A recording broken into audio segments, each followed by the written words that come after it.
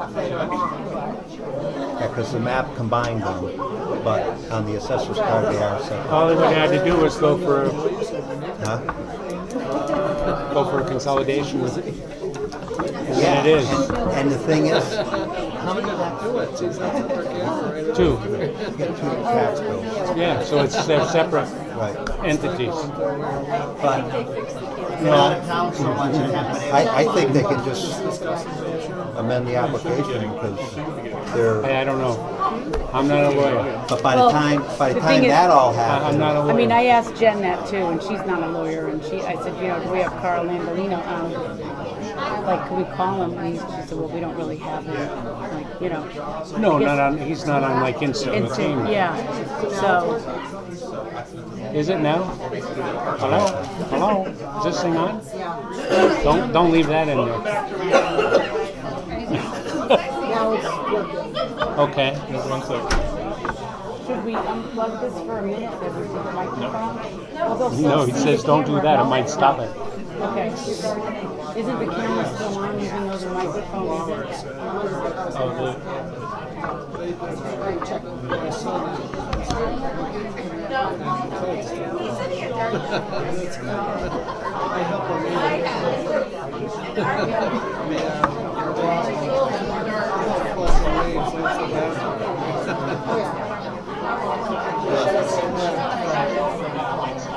Timing's everything, right? Let me know when you'll be back at town hall.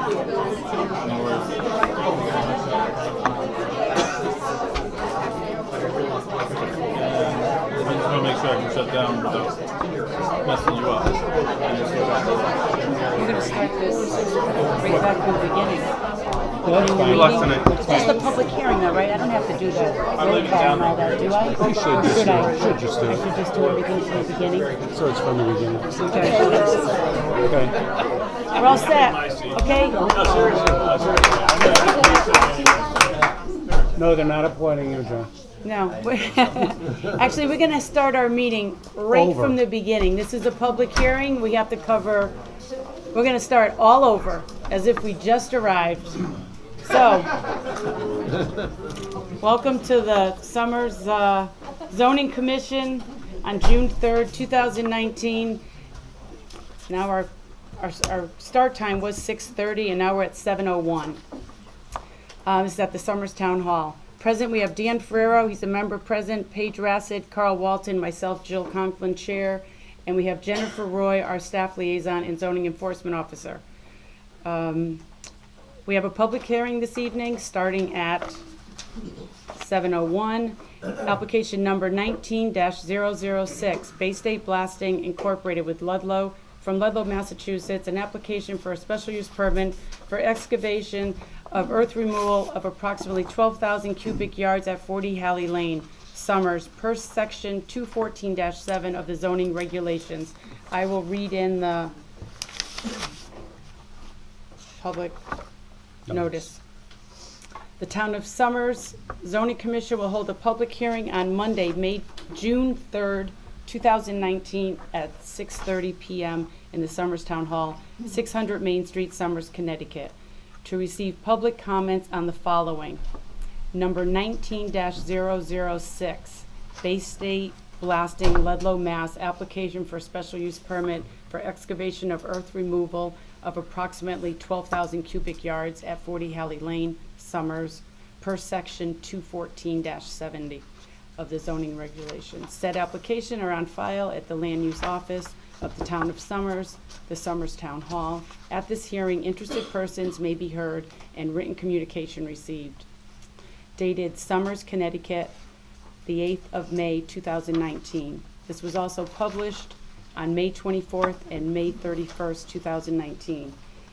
During this public hearing, interested parties will be able to be heard either for or against the applicant, or in favor or opposed.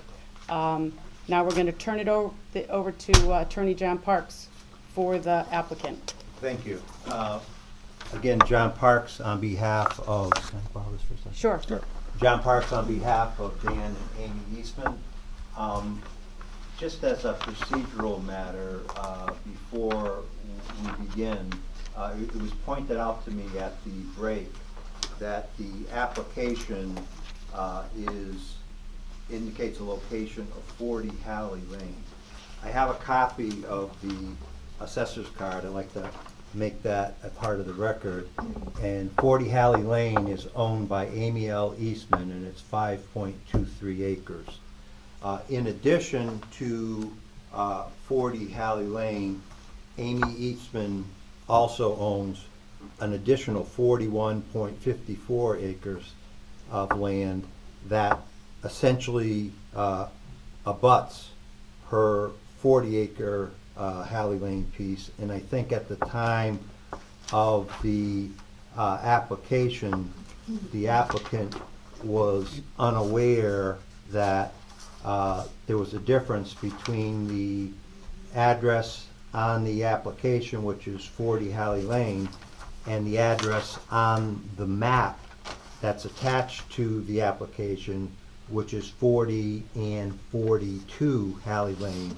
And that the aerial photograph, which depicts the property and lists the proposed blast area, actually is an aerial photograph of parts of both 40 and 42. So to avoid any confusion by anyone concerning the application, this area of blasting straddles that property line.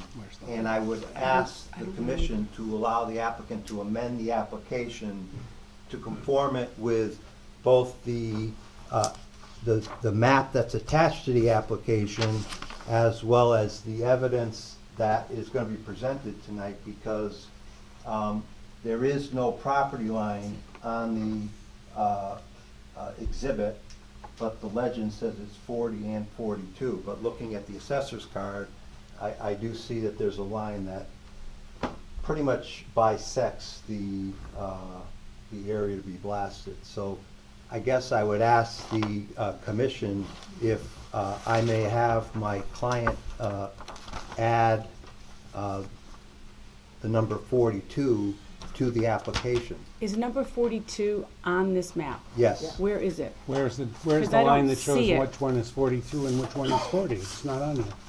I mean, I it's assume, listed as is all being- this 40? Is all of this 40? Or No. is this, where's No, the, 40 's where's the 5.3 break acres. line? 40.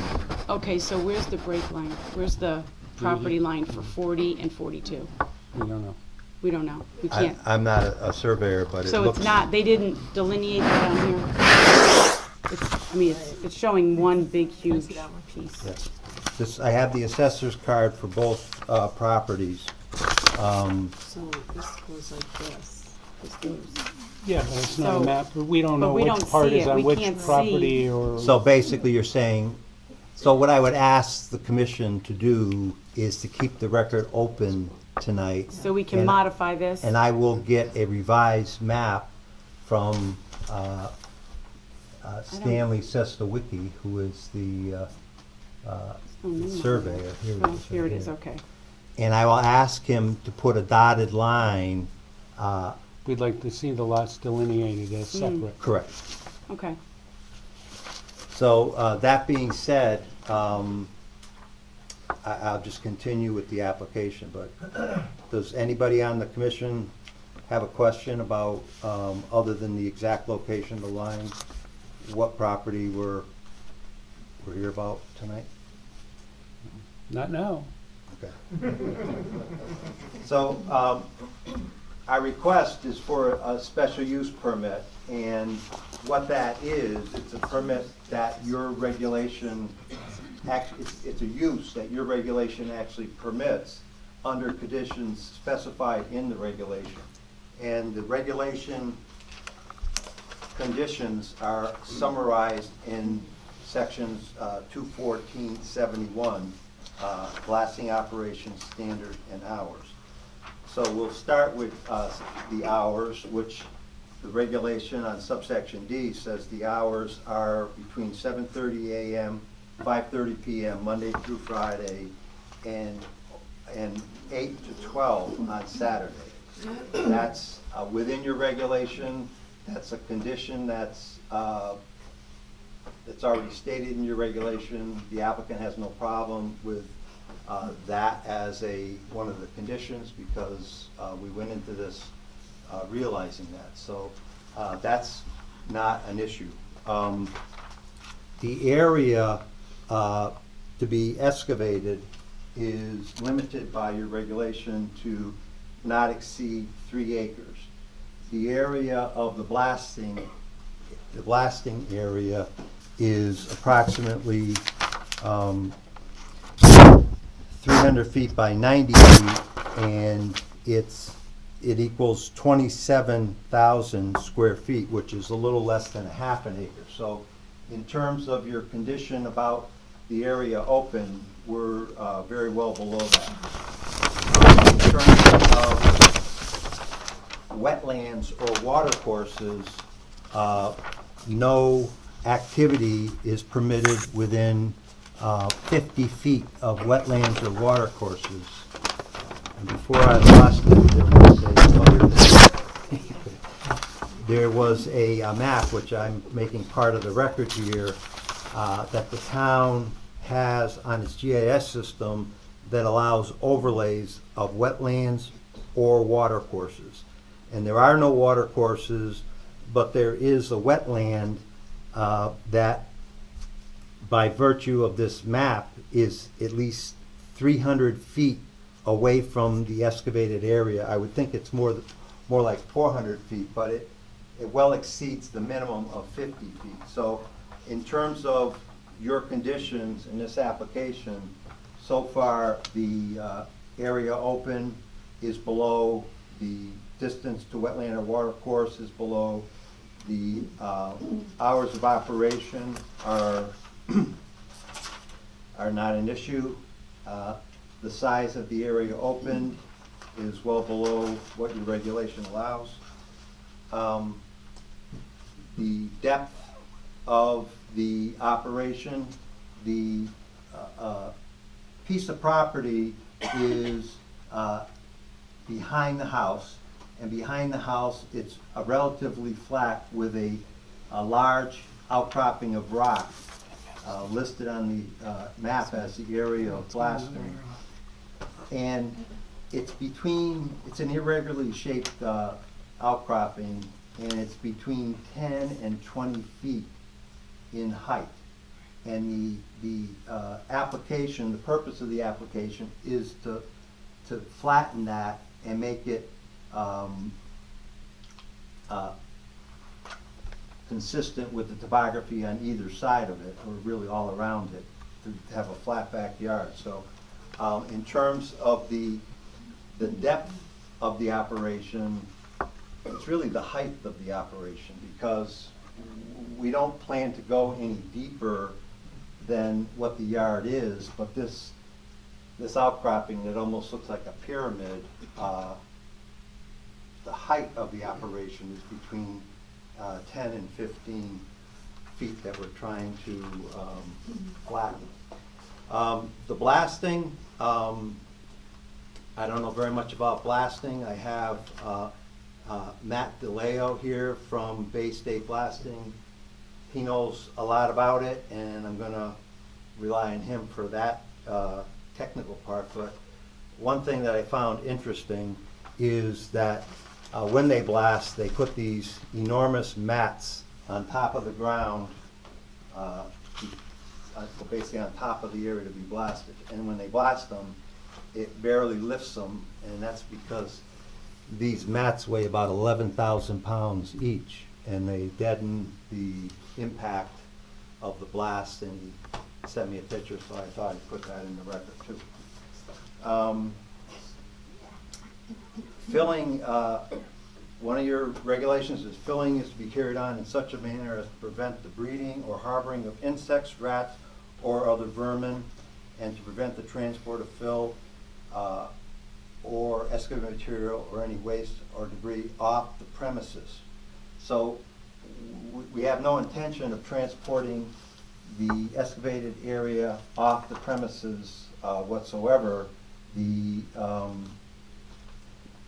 idea was to use the the byproduct of the blasting to fill a few lower areas on the existing property.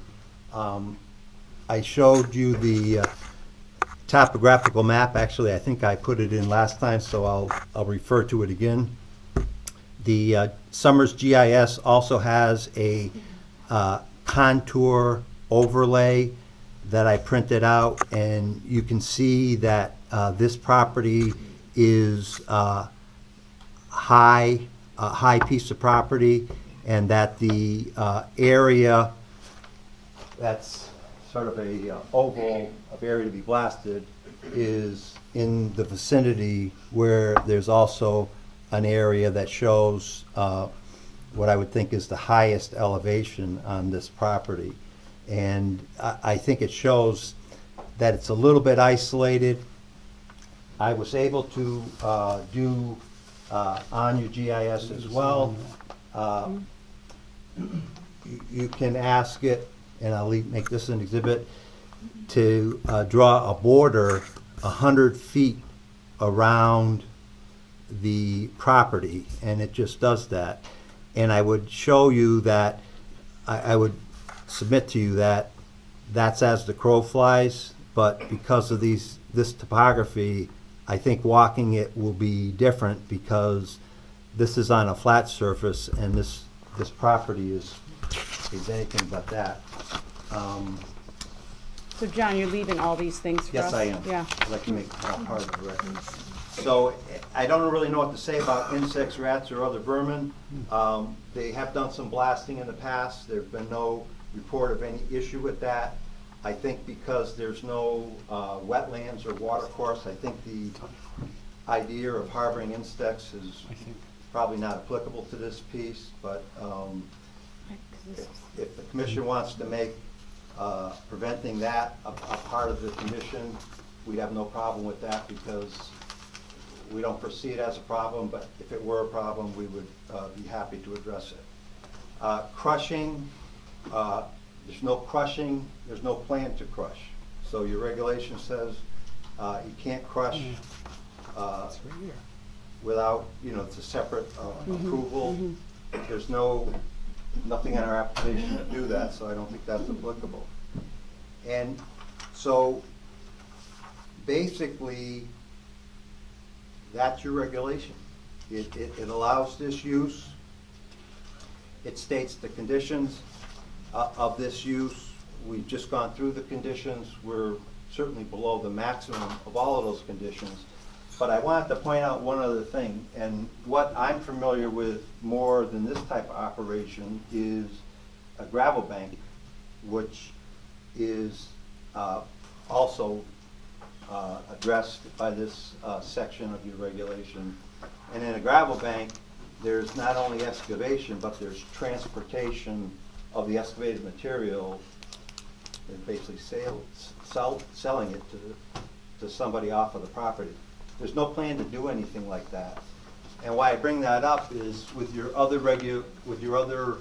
part of your regulation that deals with gravel banks, one of the big concerns is traffic, trucks, how many trips per day, and we have basically none of that, because what's on there now, in terms of material, will be on there when we're all done. It's just going to be configured a little differently. And your permit talks about 1 year. I don't think that's, in terms of the length of the permit, I don't think that's an issue. We're not creating any sharp declivity or pit because we're actually sort of eliminating a high point right within the center of the property. So in terms of any kind of damage from this, I just wanted to point out, and that's pretty much why I did the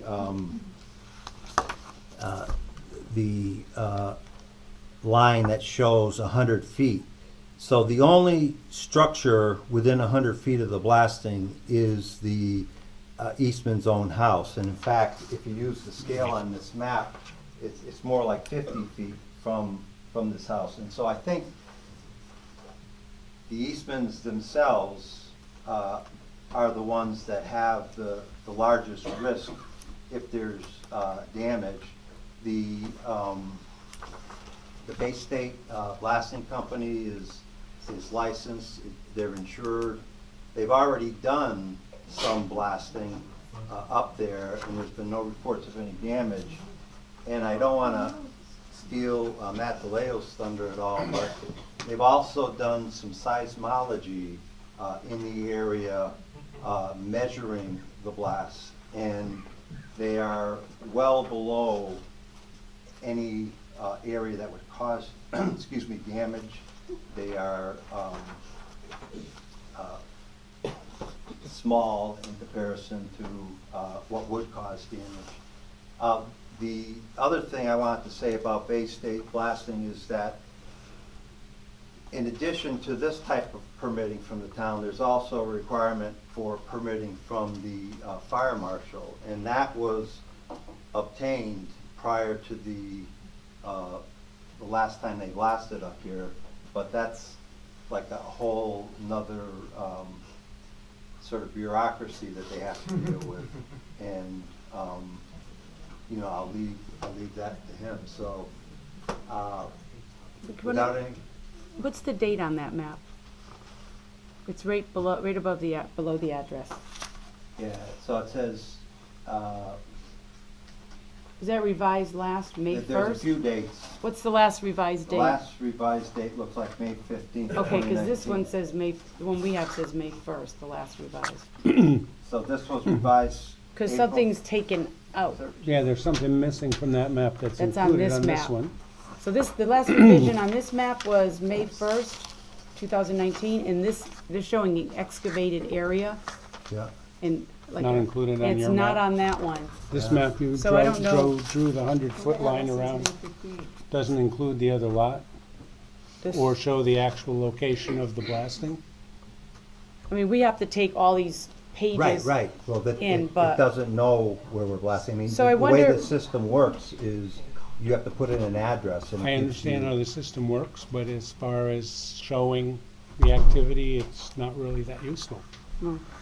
Okay. I mean, And Well, it's useful because I think you have to notify people within a certain, 100 feet of the property of the line? property line, so if you're So this including is- both and you included the property abutters, so 100 Over feet of here. both. Like on Green Tree Lane and, no, we just did 40, but I see what your point is. And this would be better on the map, so we know what the lines are in relationship to the activity. yeah, on this map, like, So you want a topo on the, Well, just showing gradients Like of the elevation. yeah. No, it's a lot of. In the two lots and the 100-foot, what is that, a buffer or no, notification, I guess, is, Right. I mean, I don't think anybody's missing, looking at the amount of people here, but officially you're supposed to notify them.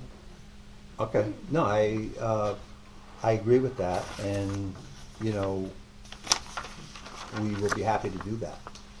Can I intercede for, when you say we're supposed to Well- notify a certain area, is that of the blasting? Because we were. It's of the permit for the The whole special use thing. permit. Removal of that volume of material. Not the applicant was supposed to? No, the notices did go out.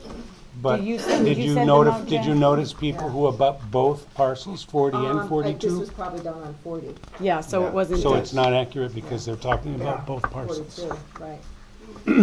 So were people on Long Hill also notified? Excuse my voice, got Oh. a bad cold. Okay, Well, so what, If you were within 100 Yeah. feet, you Yeah, were, they're but- required to notify people who are abut with 100 feet of their property line. Okay. Excuse me. My name is Harry Surgeon. we're gonna, We'll get to we're- that after. Yeah, we're That's gonna, fine. sorry, we're That's just fine, gonna that's no problem. let Yeah, the no. applicant make their presentation, and then we're gonna open it up Okay, to, thank you. so keep All right. track of your questions. So, at this point, I'd like to turn the hearing over to Matt DeLeo. He's from Bay State Blasting. He actually prepared the application, and he's more well-versed in the actual blasting part, because that's what he does. All right, thanks, John. We have this. As No, John I don't. mentioned, we're, Okay, sorry. to blast, go ahead. I was just talking to Jennifer for a minute. Go ahead. We're trying to do some work at Dan's house, blasting approximately 12,000 yards.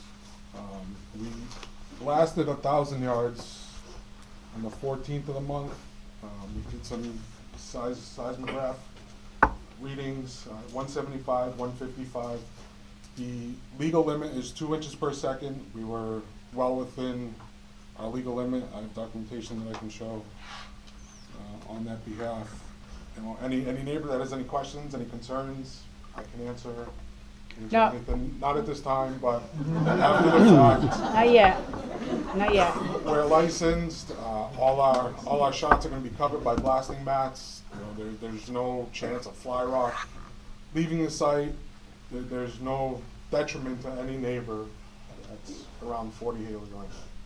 So, Or 42? or 42. I'm sorry, 42. Can you describe the process a little bit? Okay, so we drill holes in the ground. Explosives are delivered to the site. We load them. We make the fire department aware of the blasting on a daily basis. We blow sirens to let everybody know the 5 minutes coming, 1 minute's coming. You should be able to hear it if you're within a couple hundred feet of the property. And we detonate it. The blaster in charge will go, make sure all explosives are detonated. And at that point, we give the all clear. And then we know explosives are detonated. There's no live explosives left anywhere. And we move on. We blast again, and when we're finished, we leave. So it's a quick process. We can't. Not yet. It's a quick process. Can't say we're going to be in 2 weeks and out in a month, but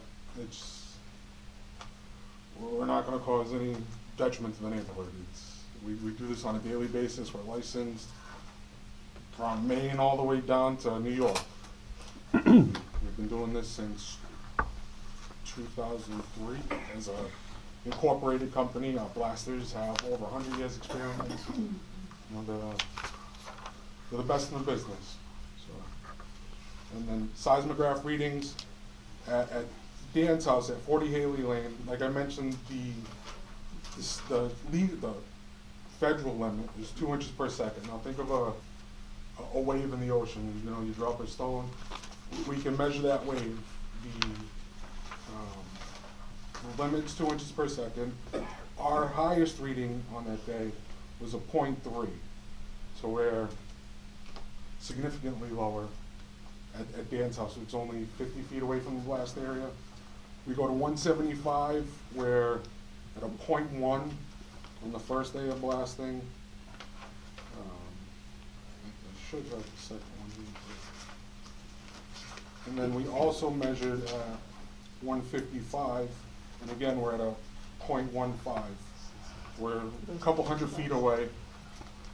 From the blast area. The further your home is away from the blast area, that number's going to decrease.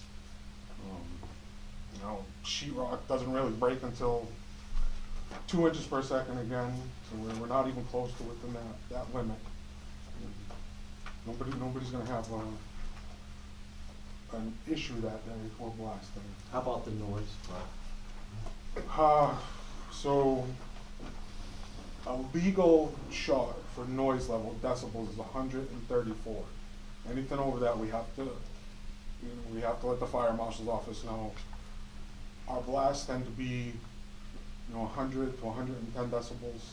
The siren that we blow is actually a louder decibel than the air blast that is reduced from an explosive blast.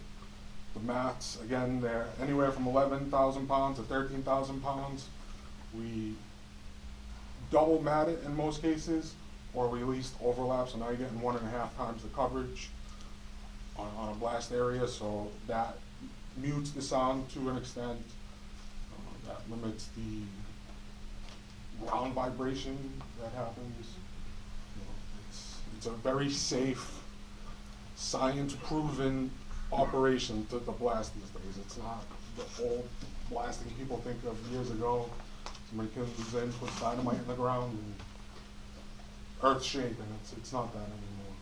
So, we're safe at doing it. I know everybody has concerns when blasting is talked about. It's not the way it used to be. You do quarry blasts that are 30,000 pounds of explosives that, again, putting a 0.3 inches per second for ground vibration. So it's safe, it's controlled. We're very good at what we do. So I'll go with the frequency of something like this. What would you anticipate? As far as blasting on a daily basis. On this job, for example. That's tough. That's usually based upon the readings we're getting. So if we see that we're getting higher readings, we have to scale it back a little bit. That might take us a couple extra days to do it. I'm thinking something like this between the drilling. Probably have 2 days of drilling, a day of blasting, 2.5 weeks, maybe 3 at the most. And that's all based on readings. That's the alternative, which would not need a blasting permit. If you wanted to use a large excavator with a jackhammer. That's months. That's going into fall with a hammer. That's not us. So that's blasting is a good alternative to get the rock out of the ground. Now, what can you say to people here who are concerned about their foundations, their Like I said, we wells, their measured at 175. I'm not sure if they're here. Mountain Road, Mountain Road, yes. 175 Mountain Road, 155 Mountain Road.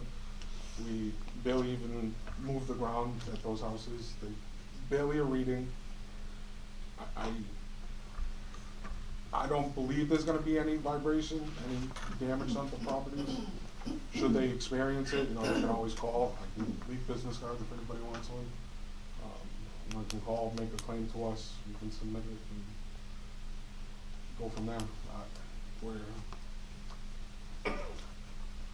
Can you we're leave safe. with the commission those seismograph reports that you, I can, yes. and then as well as in there some material in there about the size of the vibration and the I could, yes. If they'd like to have it.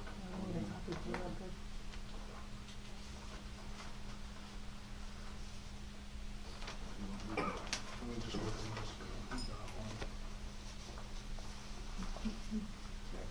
This is by email to you, so you don't need that either. Just give me a second to go through it, and I'll just Sure. make sure I got everything. You should leave out for now. You have to stamp those all received and dated. Yeah. This Those stay with one's you. yours? And that one too.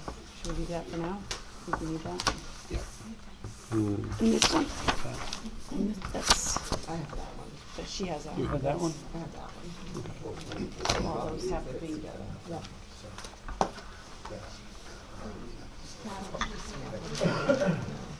yeah.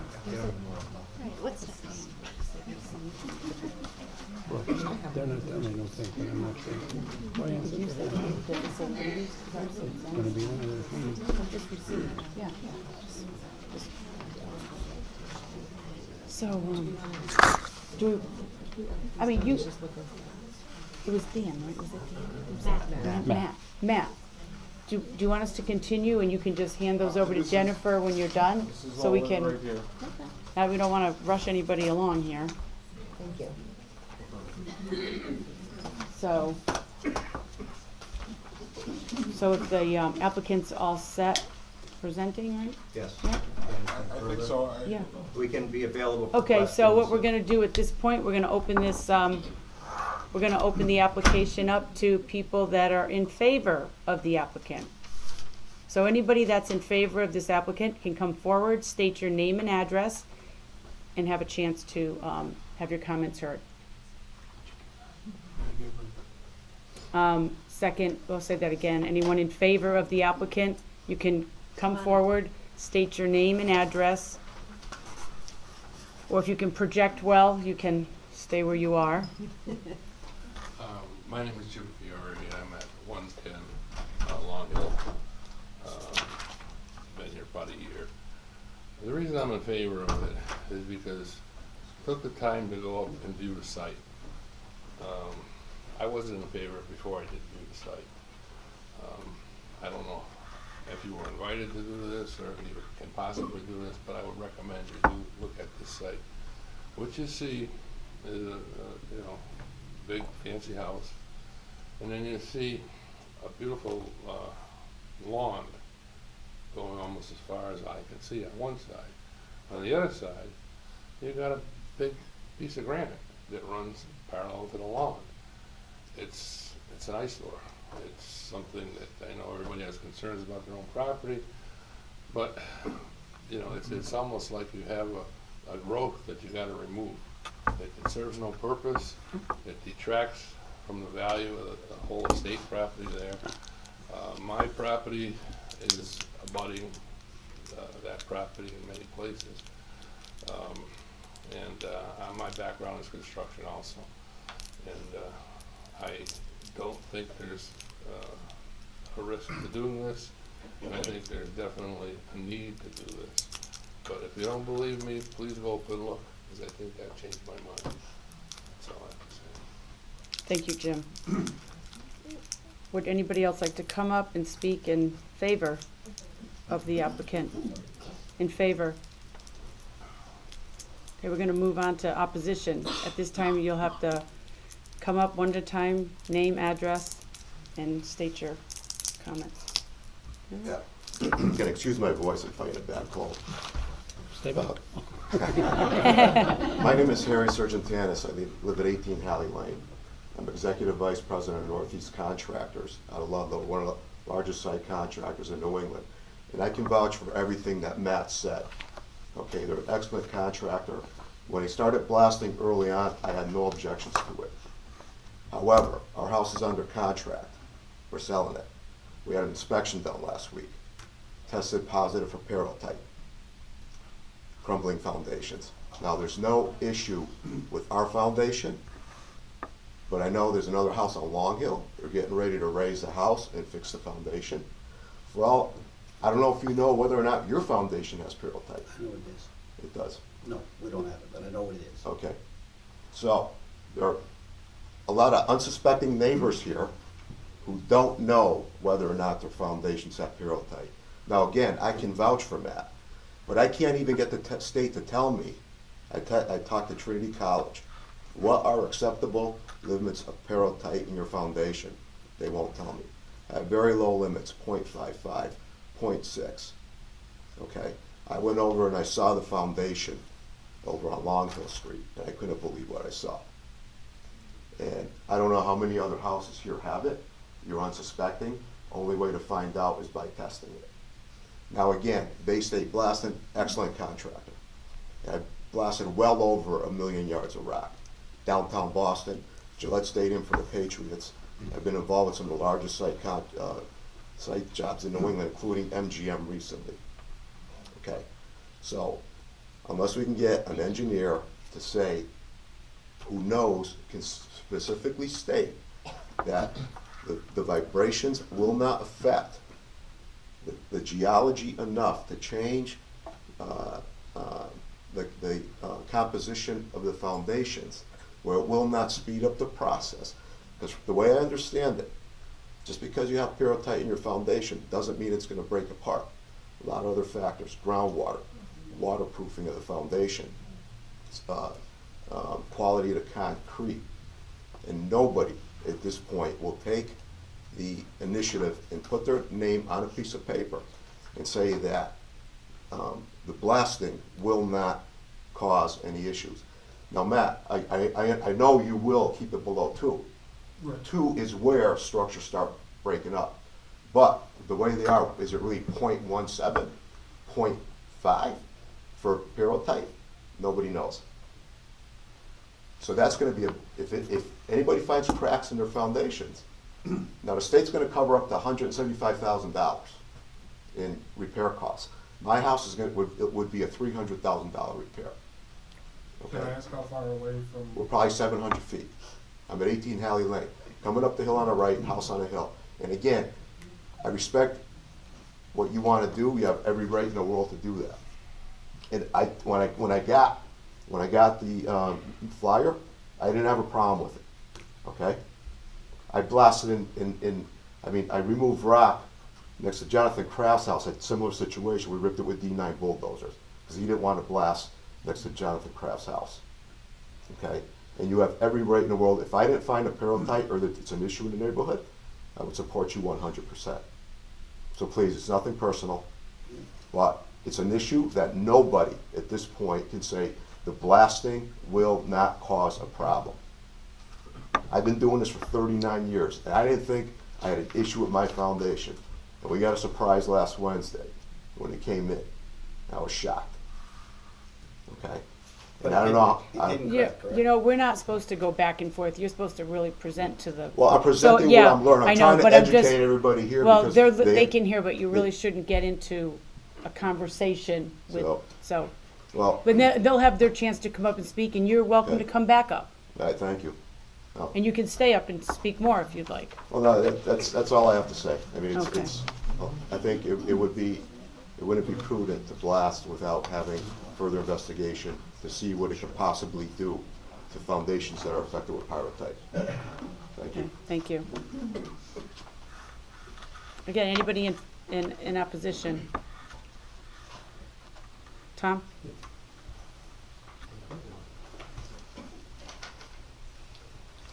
First and foremost, I just wanted. Oh, name and address. Tom and Vicki Clark, 175 Mountain Road. So first and foremost, I want to just talk to Matt in regards to the situation. I know he can't respond, but I was one of the ones where the last meeting I went outside with Amy and Dan, we had talked about my concerns about this. And we decided that we want a site meter placed at our house. It was placed at our house on, I think it was May 14th and May 15th. The readings were difficult to understand, but it looks like it was lower than the level of what they indicated would be acceptable, or actually a higher level, which would have any damage. That was a one-time shot. Again, not turning around and trying to impede your credibility, but I'm not sure if it was placed right. I have no idea. But I will tell you that was a one-time shot, and this has been ongoing for quite some time. So I want to just preface what I have to say before I get into that. And we don't know if those blasts are consistent with what the permit is for, because those blasts were smaller than the blasts we had last year. Yeah, do you want to come close? This is our Oh, yeah, microphone yeah, here. yeah, sure. Yeah. All right, so I have prepared a statement, just so I can touch on Sure. it. Okay, good evening. We are Tom and Vicki Clark. We live at 175 Mountain Road. First and foremost, we want to thank you for allowing us to speak regarding permit number 19066, which is before you now. Vicki and I also want to preface a few things prior to detailing our reasons as to why we're adamantly against this. First, this is the first time in 10 years that we've lived in town that we ever approached the zoning board, or for that matter, any board regarding our objection to a particular use. Some might say that we're not exercising our rights as citizens in town. Frankly, we really just are quiet folks who go about our business and work to keep our property in beautiful condition, and we truly enjoy our property. To give you some perspective and background, 10 years ago when we purchased our property in May 2009, we did a significant amount of research and due diligence and a concerted effort to ensure that the quality of life we were envisioning living at this property would be what we thought it would be. We own just over 7 acres, and the vast majority of what we own is densely treed forest. Our home is located approximately 600 feet back from Mountain Road and is on the hill. Gillette Brook runs through the bottom of our property and goes under Mountain Road, snaking its way down the turnpike. At the time we purchased, we were aware that the Eastmans, the owners of 40 Halley Lane, were in negotiations with the former owner of 110 Long Hill to subdivide and purchase approximately 40 acres of land from them to connect their property. Because 110 Long Hill's property abuts ours, we went to the town to see if this would impact us, or excuse me, what if any impact there would be to us. We spoke with the former town planner in the land use department, who graciously took the time to sit down with us in the vault in the zoning office, pulled the map and explained that the proposed land configuration, and assured us that there should be no impact at all. She showed us this land must remain with the property at 110 Long Hill Road to keep it as a conforming lot. She further explained that all the acres was completely undeveloped, could never be built on, and that there could be not a road built from Mountain Road to the Halley Lane property. Several years later, we were informed that the Eastmans had purchased an easement from the former owner of 110 Long Hill. The easement runs parallel to our property and travels west from Mountain Road up a steep grade to the top of the mountain. Also, several years ago, the Eastmans hired a contractor to start excavating the easement area, the strip I just described. Understand the easement portion of land was moderately treed and full of ledge, and topography was pretty rough. It was difficult to drive a vehicle through. For several years, we have endured large commercial excavators tearing down trees, compacting the land, large commercial jackhammers crushing the ledge, in an effort to establish a driveway in order to gain access to the land which the Eastmans had purchased. The noise and vibration involved in this has been significant, as our daughter's bedroom and our master bedroom is located approximately 130 feet from what is now an access road. It will be difficult to explain to you the amount of noise and vibration that just knocked pictures off our wall in the house. This is not an exaggeration. We did approach the town, I believe, on 2 occasions, one regarding the vibrations and the noise that we experienced from the commercial excavation. On the other occasion, I believe, was beginning in 2018, with the commencement of the blasting, which again shook our house significantly and could only be described as earthquake-like at times, having never experienced one. Upon notifying the town, we were told that they had received multiple phone calls from alarmed neighbors in the area regarding the noise from the blasts. We were not notified, and to the best of my recollection, the fire marshal's office was not notified. I've been informed of the proper protocols for the blasting company to obtain a permit through the local fire marshal. That in turn sends a permit to the state fire marshal's office. To the best of my recollection, the town did go up to the Eastman property and notify the contractor ceasing to assist regarding the blasting until they can make a determination as to what the appropriate steps were. It was later determined by the town that the contractor could continue to blast in accordance with the town regulation 21468, which specifies that, quote, a special use permit shall not be required for the necessary and incidental excavation removal of 1,000 yards or less from material. Shortly thereafter, the town allowed contractors to blast. Again, we experienced significant noise on our end. Commercial vehicles, including excavators, large commercial drilling machines, and large diesel fuel trucks driving up the access road in order to facilitate the earth-moving machines. We also observed many tractor-trailer deliveries of large blasting mats that were dragged up the mountain by a large commercial front loader. There had also been a fair amount of time when the contractors were working up the mountain from our house, and the work would continue into the even and into the dark, having to use their headlights to continue to work until 9 p.m. at times, and the noise associated with that at night. Of course, the trucks would then drive down the access road, which is right next to our house, creating more noise at night. Not to mention the pretty consistent blasting noise which the town hall officials have told us several times they have received multiple phone calls on. In fact, we've had neighbors who live north of our house call us concerning asking the commercial truck noise and blasting. On the morning of April 24, 2019, a representative from Bay State Blasting, which is the blasting company, came to our house and provided us with a written notice indicating that they would be blasting again in our area starting the week of April 29, 2019. I asked the gentleman if he had received the proper permits, and he indicated that he had. I also asked him regarding the duration of the blasting, and he related that would be approximately 30 days and would occur 2 to 3 times a day at most. I then contacted the town and local fire marshal's office, and they verified the necessary permits were filed. In the last zoning commission meeting, May 6, 2019, which I attended, the Eastmans, in accordance to the permit language, were looking to blast more ledge and material in order to create a farm so they could feed their family of 12. At that May 6 meeting, Matt, the representative from Bay State Blasting Company, told the zoning commission they were looking to blast approximately 12,000 cubic yards of ledge. As you recall, upon hearing this, some of the commission members discussed their points of view regarding the blasting of that volume and whether to allow the permit or wait until a public hearing, so that all abutters and neighbors could voice their concerns. To the best of my recollection, it was also determined that as long as the blasting permits were correctly filed, then Eastmans could blast up to 1,000 yards without a public hearing in accordance to 21468. It was decided by the commission to allow for that and to provide a public hearing tonight on the subject. I just want to break down the gravity of what we're talking about here and make it a little more understandable as I had to. 12,000 cubic yards equates to 9,257 tons of ledge and other material. If you were to remove that, and I realize they are not suggesting they are, that would equate to 340 cubic yard dumpsters. As a reasonable and prudent individual might pose the question, if this huge amount of earth is going to be removed, what is going to replace it? How long will those operations take? And how many more large commercial trucks should we expect up and down this now access road? A few other major concerns I have regarding the requested permit and the ramifications if this is approved. Have there been any studies regarding environmental impact of these explosions? I took the liberty of speaking with 2 local, reputable, long-standing well companies who both have indicated blasting and heavy earth moving could definitely affect the subsurface aquifers of all the abutting neighbors, which are downhill from the property, possibly creating issues with all our wells. The quality, the quantity, and composition of water. Furthermore, both company representatives have indicated that the blasting could also adversely affect the abutting homes regarding the release of radon in the air and the water. It's commonly known that most homes in this area, I lost my place, of town already have elevated radon levels. Do we definitely know that this ongoing construction project will not create a change in the already elevated environmental factor? Has there been any consideration to the work, into how this work and change of landscape might affect the water runoffs? Just to reiterate, all the homes located in Halley Lane, Amy, Long Hill, Mountain, Hickory Hill, and Root Roads have wells servicing their homes, and this site is above all of them. These issues are plausible, and frankly, there have been no study to my knowledge prior to the commencement of the work for the last several years.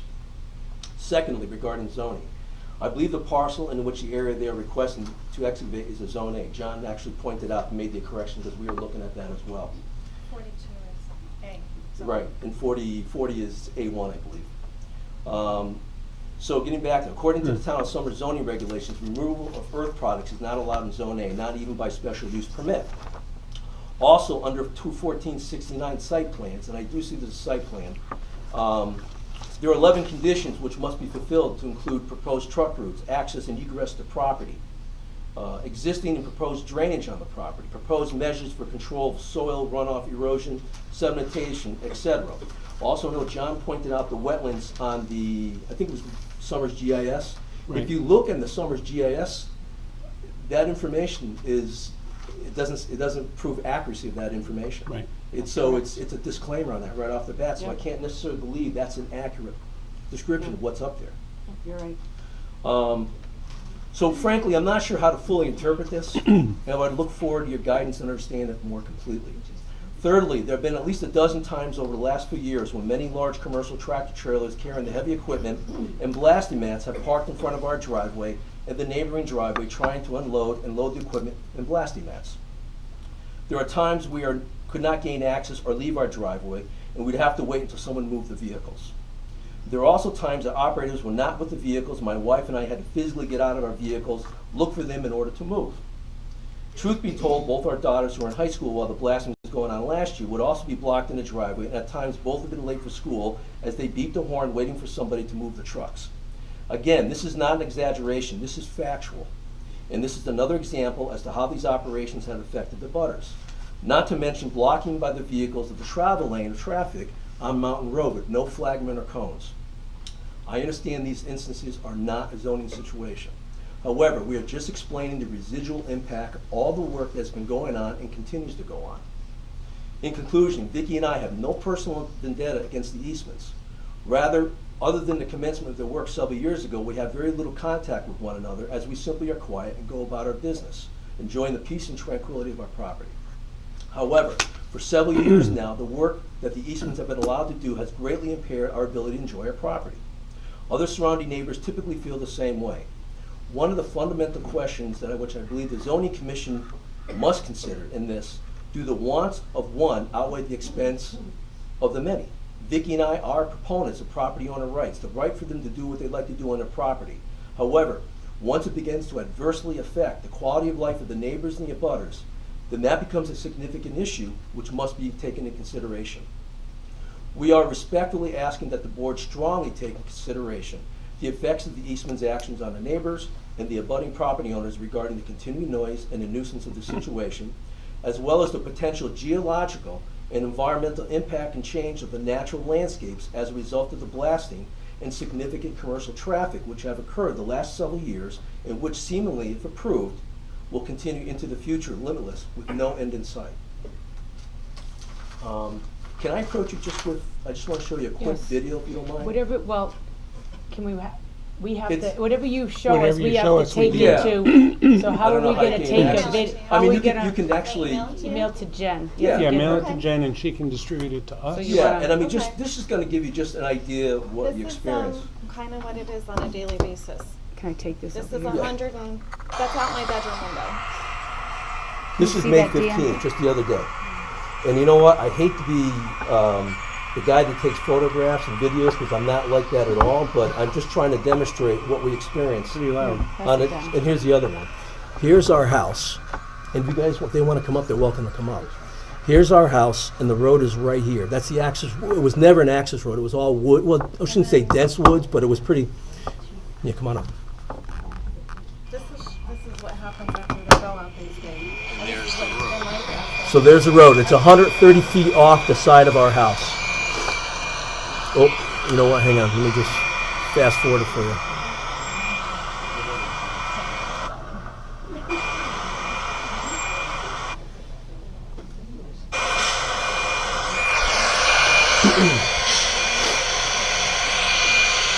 Now this is May 15th. You can see that.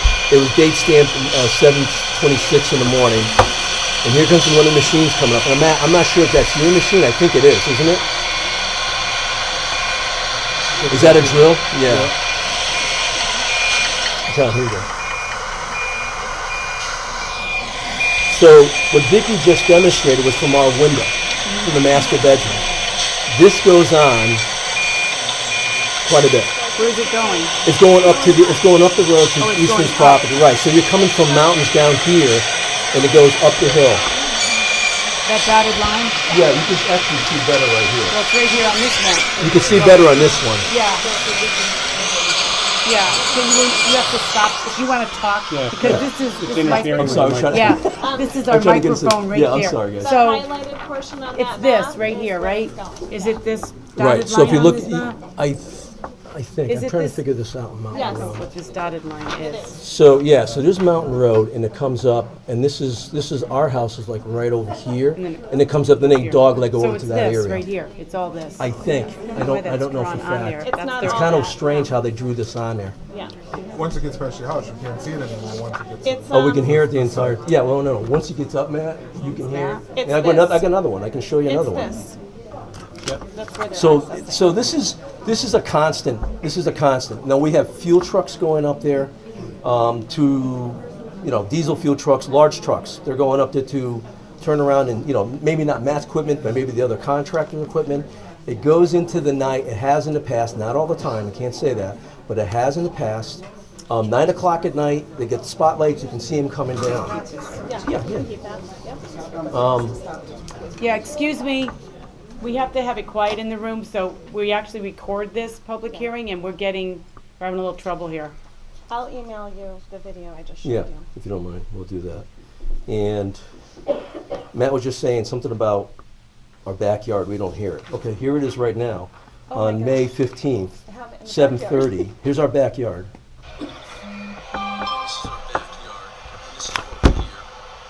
Constant, guys. It's almost constant. I shouldn't say constant, but it's anytime we're up there, this is exactly what we hear. And that's to be out there. Now they're up working, so they're beyond our house at this point. And then they come down the road, They're probably in here. now. wherever they're at up to there, yeah, somewhere in that area. So, okay. So that's our statement. Thank you for your time. I appreciate it. Thank you. Was that Oh, yours? yeah, that's I'm commercial sorry. papers. Okay. All right. Thank you. That's an application? Yeah. Is that back to you? That's the original application?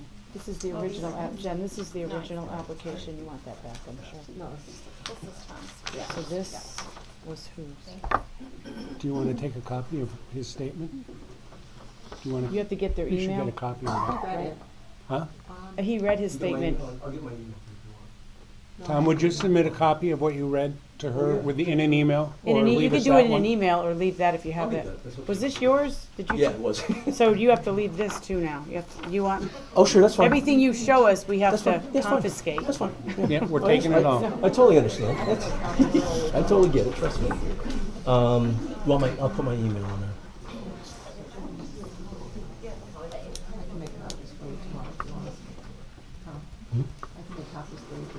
Okay. You have Jennifer's email too. Yeah, I'll send it to her. Can I add one point? Sure. The the part of the presentation about the flat grassy area in the back, now I haven't been up there, but it's my understanding that the flat grassy area that John Parks was discussing is what they created last year. So I don't know that this is actually combining it with what the natural landscape really was. Okay. Thank you. Thank you for your time. Thank you. Thank you. Again, in opposition, anybody want to come up and be heard?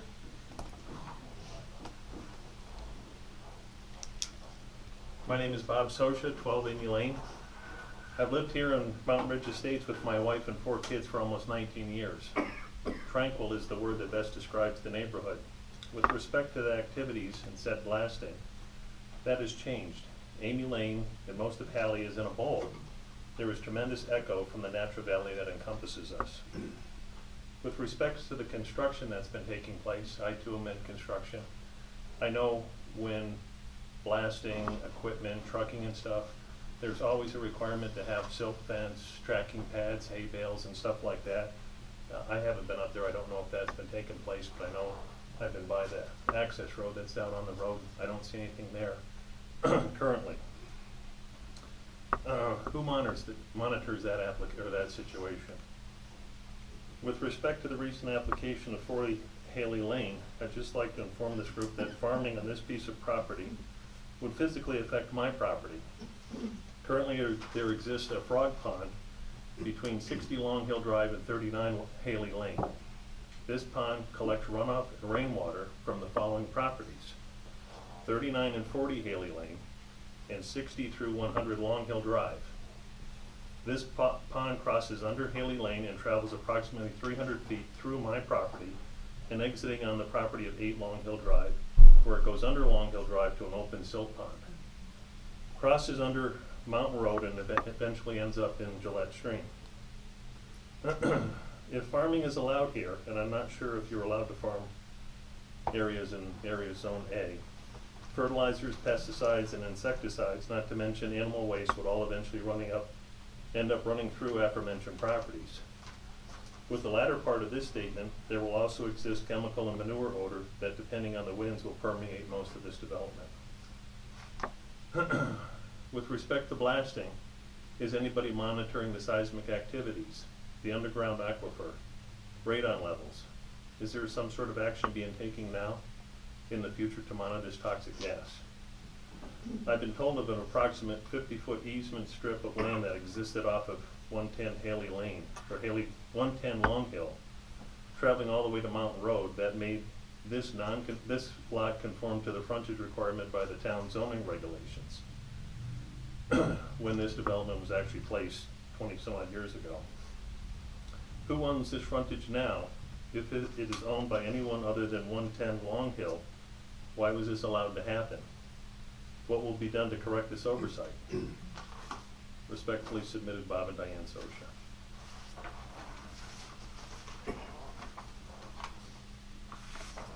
Thank you. Thank you, Bob.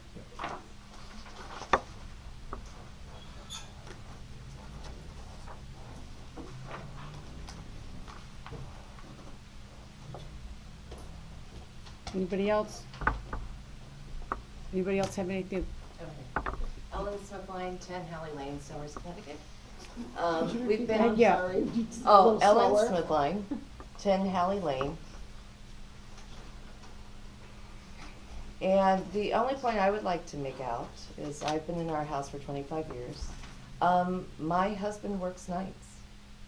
So if we're going to have 3 blasts a day for approximately 30 days, how is that going to impact us?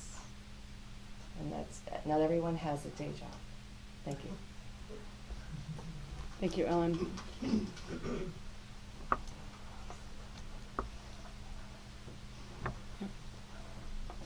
Hi, my name is Joseph Figler. I live at 159 Mountain Road with my wife Kara Sheck and her mother Marilyn Sheck, who Marilyn Sheck has lived in the house for 50 years? 45. 45. Close.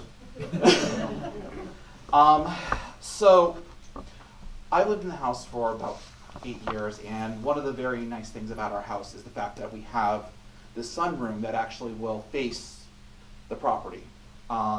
One of the major concerns that I have had, and my wife has had, and mother-in-law, is the fact that there is one of the things I've also loved is that there's a ton of wildlife. Raccoons, deers, turkeys, all sorts of things that I have noticed over the last few years since a lot of this blasting has happened have been less and less and less. In fact, there's actually a raccoon that we actually noticed the other day that has been slightly starving. Now, I know that this is probably something that is not, I see the head shaking at this, that this is something that's probably has not been as considered, but one of the big things, and it goes back to the water table and everything else, is the environmental impacts to what's been going on here. The wildlife and everything else. Another concern about this that I have, and my wife has had, is as comes to the vibration. During one of the blasting sessions, my wife was in our laundry room, which is down in the basement. The blast was big enough that it actually shook the entire house to the degree that she felt as though the house was actually going to come down on top of her. Now, like I said, we live at 159 Mountain Road. I understand that the seismographs were at 155, which is the Welsh's, yes? No, that's you, sorry. And at 175, I apologize. Our house is right in the middle of that. So my concern is that if these two seismographs didn't pick up the fact that this shaking was big enough, are only two seismographs enough to actually warrant the extent of the damage to these blastings? And I'm not a blaster. I work in insurance. I work for Flow. And the fact is that, but I do understand the concept of a blast going downward into a solid object like a big piece of granite, like the mountain is, and vibrations going out to that. And if those nice mats that John said are specifically focused to push the vibrations down, that would easily cause the vibration to push out to our house, which is exactly what's happened to this. And I think that's all the points I have for this. So mountain roads here. Well, we're still taking opposition. I'm the mother-in-law. So you're gonna have to state your name and address. I'm Marilyn Scheck, and I have lived at 159 Mountain Road for about 45 years. And you know, he mentioned that we love the wildlife. We were there before all the development was done, and there has been a lot of changes, and you live with it. But this one, I'm worried about other things, like if they're taking down trees, are we going to have mud spots coming down? We're on the lower side of the property. What's going to happen to all the waterfall? We know we have underground water. We've had to deal with it. We've had to have people come in and put in drainage. I'm old, I'm sorry. We've had to have drainage done, and just within the last few years. And the noise level that you heard from him, living 2 houses on the other side, that is the noise. You go out, I like to garden. I go out garden, and it's so noisy, I come in with a headache. The other thing is the drilling. My daughter and I have both we actually ended up going to the doctor because we had such pain in our ears. We thought we were getting ear infections. It wasn't. It was from the drilling. So there are a lot of things going on here that need to be looked into. As the other people say, I really want an environmental impact done before we go on. I'd like to know what the chances are for the groundwater, for mudslides, for our house to shake down on top of our head. I mean, it really did shake. It was not just a little. I don't see how this could be a little tiny. I have a background in physics way back when. This was not just a little bit. This was major. Thank you. Thank you. Right. I'm Mike Schlafstein. I'm on 155 Mountain Road. Attorney Parks said something about excavation and water rates, but the number one thing that's on that list, that 21471, is applicant for an activity involving blasting is hard to show will not cause a nuisance or damage, right? So the nuisance thing, we can get over that, right? It's a little bit of noise. You can move your car, you can, property damage. When it comes to property damage, we don't really fully understand the full scope of this job. I feel like Matt would be a good person to ask if a pre-blasting survey would be done to check for masonry work. Some people have had masonry issues already. Forget window panes, right? Forget about drywall. Forget about jacking your house up and fixing the foundation. Those are things that we can do. What about the environment, man? What's going on in that aquifer? We know there's water up the hill at Camp Ironwall. There's water coursing right through that whole entire mountain. This is a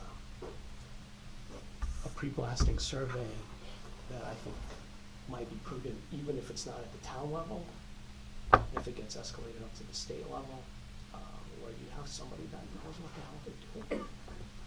Blasting stuff is fine. You've done it. Clearly, you do it every day, right? So I don't have an issue with the air blast noise and my window shaking. It's a nuisance, right? Even though the first thing in your ordinance says nuisance, that's temporary. If there's going to be an impact, for instance, from zoning, what's the overall comprehensive plan for the site? If you're going to put up a farm, great. If you're going to put up an outbuilding, super, right? But if you don't have the full scope, and you don't understand the runoff, you don't understand a lot of the building science that goes into this thing, and that young man back there pointed out that there's nothing to control the flow of this road that wasn't there 10 years ago. And that silt and that sediment is coming straight down that mountain. It's barreling right towards Gillette Street. So, I mean, I'm not saying don't do it. I'm saying get the information together in a way that you can fully comprehend the ramifications of your actions that can't be undone. Because I can jack up my house. But if I don't know what's happening below the grade, my neighbor in Avon, when we were there, had somebody blast next to his house, and he had to go on drinking water bottles because the quality of his water was affected. After the fact, you know, I'm looking for getting information beforehand, and if it's a matter of Matt coming out and looking at the masonry around the 3 chimneys that I have in my house to say, yeah, they're fine, or you know, that looks like it could be shored up, then maybe I'll take the appropriate action so that his air blast or his ground vibration, obviously there's not going to be fly rock flying through my rafters, but the other 2 things, when it's on ledge and I can't have this discussion with Matt because I'm presenting to you guys, things that you can change, things that you can't repair, things that you can't see, how do you go forward in zoning without the full comprehensive scope of the job? So that's it. Thank you. Thank you.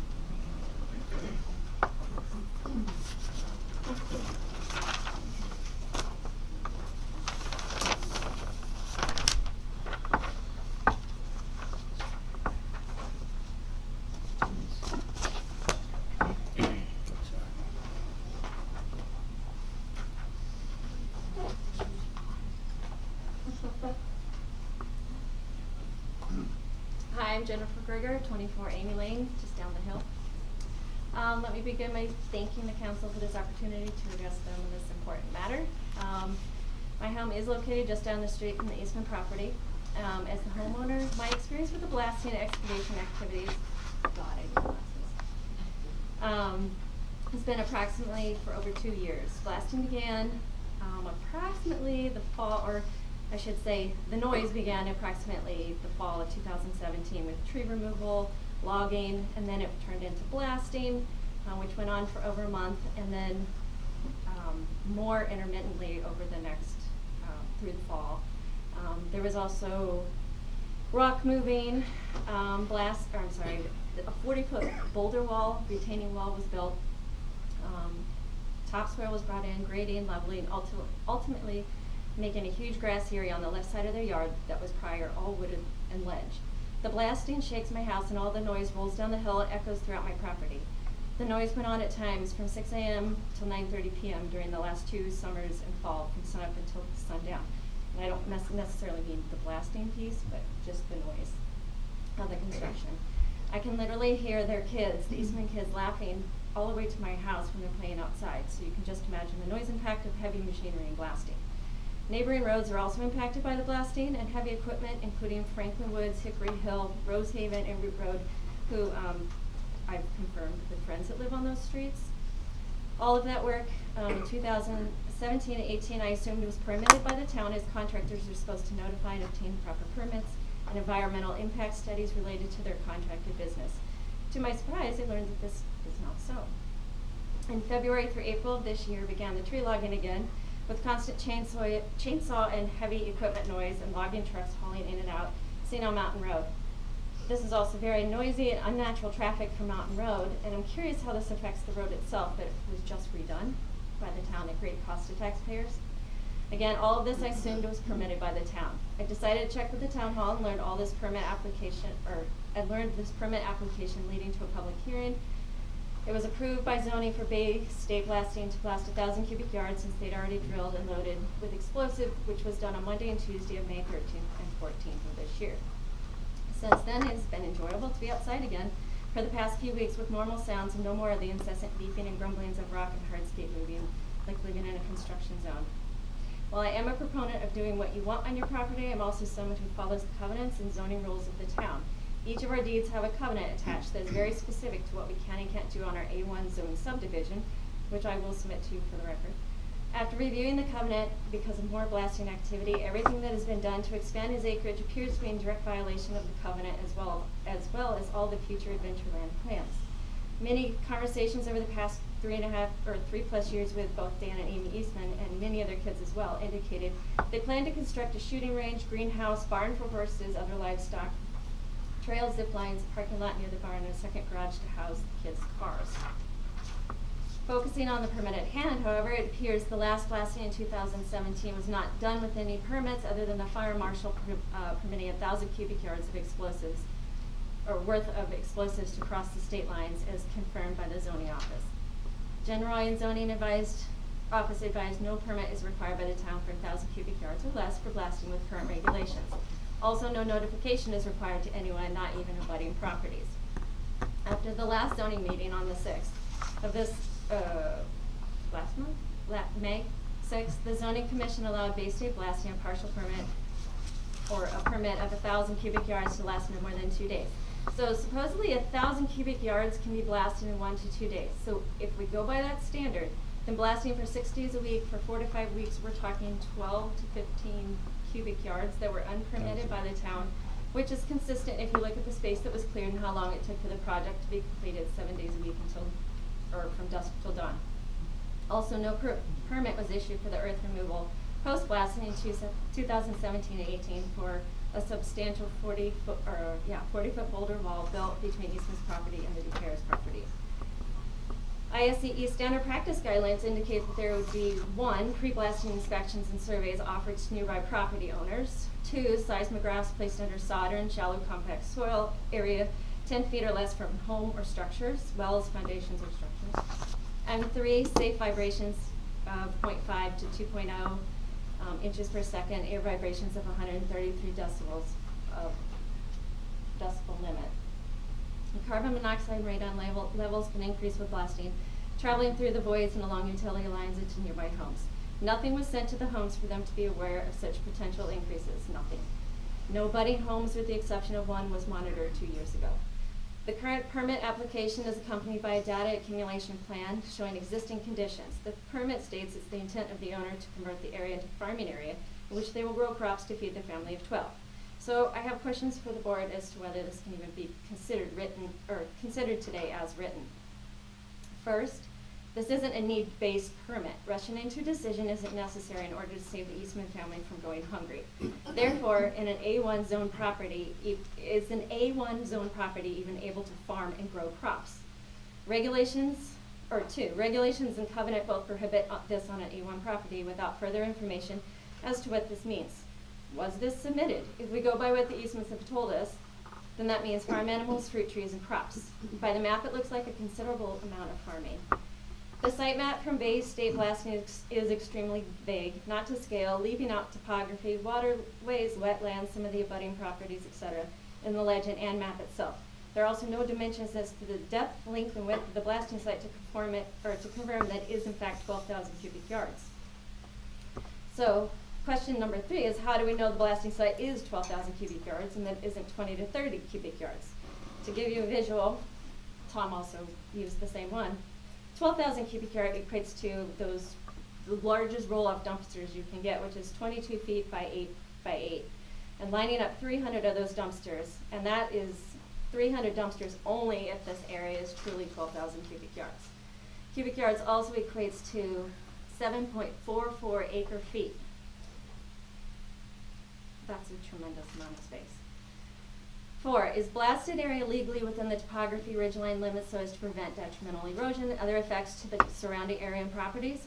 There must be state regulations regarding significant altering of a mountaintop. I've included a map in the materials that I'll submit for the record. When blasting, there is significant prep, equipment use, cleanup, and excavation afterwards, requiring heavy equipment and machinery to move blasted ledge. Proper soil to farm with would require bringing in additional material with heavy machinery and trucks to grade and level all of this, fertilizers and pesticides to grow these said crops. So number 5, where is the information stating the controls in place to prevent runoff of hazardous materials from blasting and equipment into our waterways, wetlands, and aquifer that is used by more than just our neighborhood? Those additional neighborhoods such as Hickory Hill, Root Road, Rosehaven, and Franklin Woods, for example, are not even represented here today. Well, actually, I think one Root Road. Again, the town has no regulations to notify neighboring properties. Using the blasting operations and standards as a guideline, using that section of the zoning regulations. Question number 6 is, has the applicant involved in blasting shown that the blasting will not cause a nuisance of damage to nearby property? 7, is this an undivided area? And as such, it shall not exceed 3 opened acres in size. Has anyone checked to see if that was already done and what is to be done? If it's less than 3 more acres that have been opened up, a site visit would be recommended with before and after satellite images to show work done prior without permits. 8, has applicant shown such excavation or filling will not adversely affect the water quality of such wetlands or watercourse, or cause erosions of or sedimentation into wetlands or watercourse? Does an additional permit need to be sought for the Conservation Commission as well prior to any decision? 9, we've experienced excavation from dawn till dusk in the summer months. How will the operation be done this time in accordance with zoning regulations? What controls can be put in place, such as bonds for violations? 10, as a condition for granting a special use permit, the zoning commission shall decide on the total number of acres to be excavated and the depth of the operation. Has this been shown by the applicant in order to make this decision? 11, if processing, crushing, or separating is to take place, we need to know for a future public hearing. If passed as the future guide, then this will be an issue requiring very specific guidelines and parameters for 40 Halley Lane or 42 Halley Lane, the owner and contractors, since in the past they have not filed for permits for significant land clearing, excavation, construction, or work required for special use permits.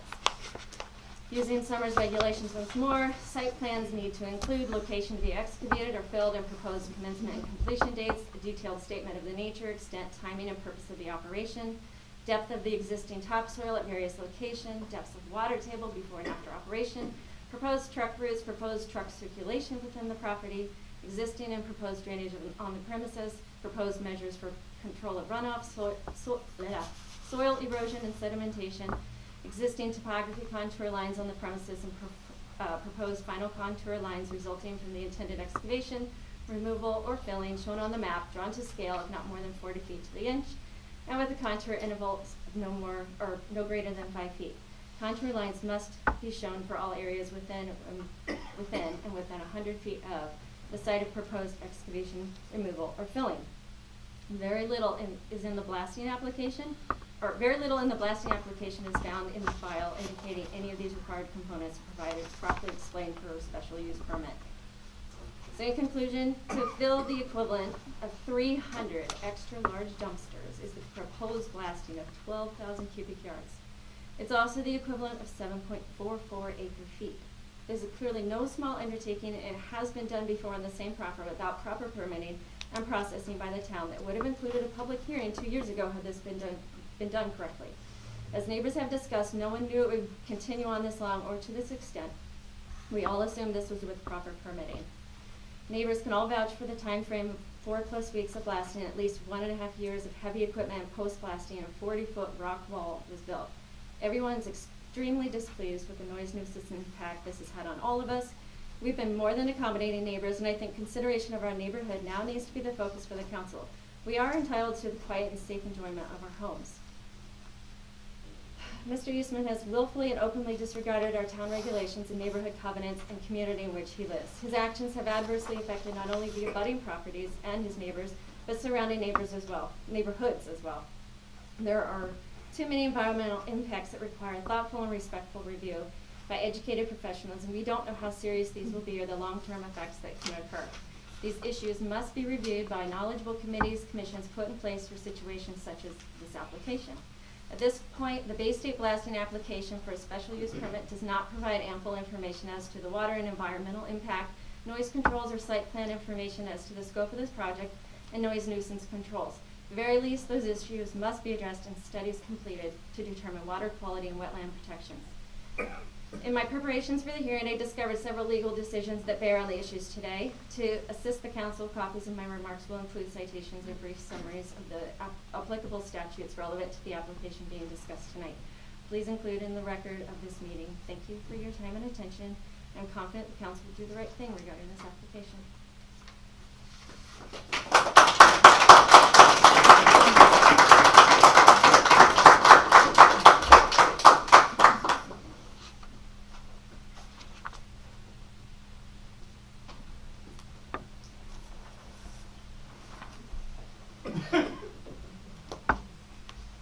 Anybody else at this point? Anybody else want to come up and speak?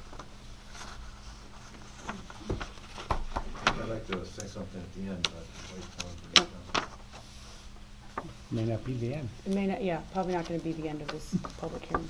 But last call for somebody speaking in favor of the in opposition of the applicant. Sorry, excuse me. Nope. Or in favor. Or in favor. Anybody want to speak at all on the application? Here you go, John. The meeting has brought up a lot of points. Some of them I thought were points that I'd like to address. I'm not prepared to address them today. I would ask the commission to keep the record or keep the hearing open, and whatever the continuation date, if I have additional things that I think address some of the concerns raised, I'll be able to submit them, and then it'll be part of the record. Good. Okay. Yep, Tom. Can I speak? Yep. I'm sorry. Again, Tom Clark. I'll come back up. Yeah. Name and address. Tom Clark, 175 Mountain Road. If this is going to be extended or delayed to another meeting, I don't know if it is or not. I don't know if you're making a decision tonight. If it's going to be delayed, I guess my only concern is, under the regulations, they're talking about, and I think we talked about this 21468, regarding the 1,000 yards that could be removed without a permit. I guess my concern is 1,000 yards, can they remove 1,000 yards one day, wait next week, remove 1,000 No. yards another? And that's a concern for us. I mean, I think some of this stuff's been going kind of under the radar a little bit. And so I'd just like to be clear about that. If that isn't the case, then I'm hoping that would not be the situation. I hope that you wouldn't have to do that, or they wouldn't do that. And if they did, would that be in violation of the town regulations? Yes. Yes. Okay, and if that would be the case, would there be a monitoring source, or would that be something that we'd have to reach out, which we hate to do this, I hate to be here like this. But I mean, I guess, would that be, would the local fire marshal, from what I gather, it'd be more the state fire marshal, correct? That would abide by that situation, or try to monitor that situation? Not to put you on Okay. So you want to name and... Sure. John Roach, I'm the fire marshal, fire chief here in town of Summers.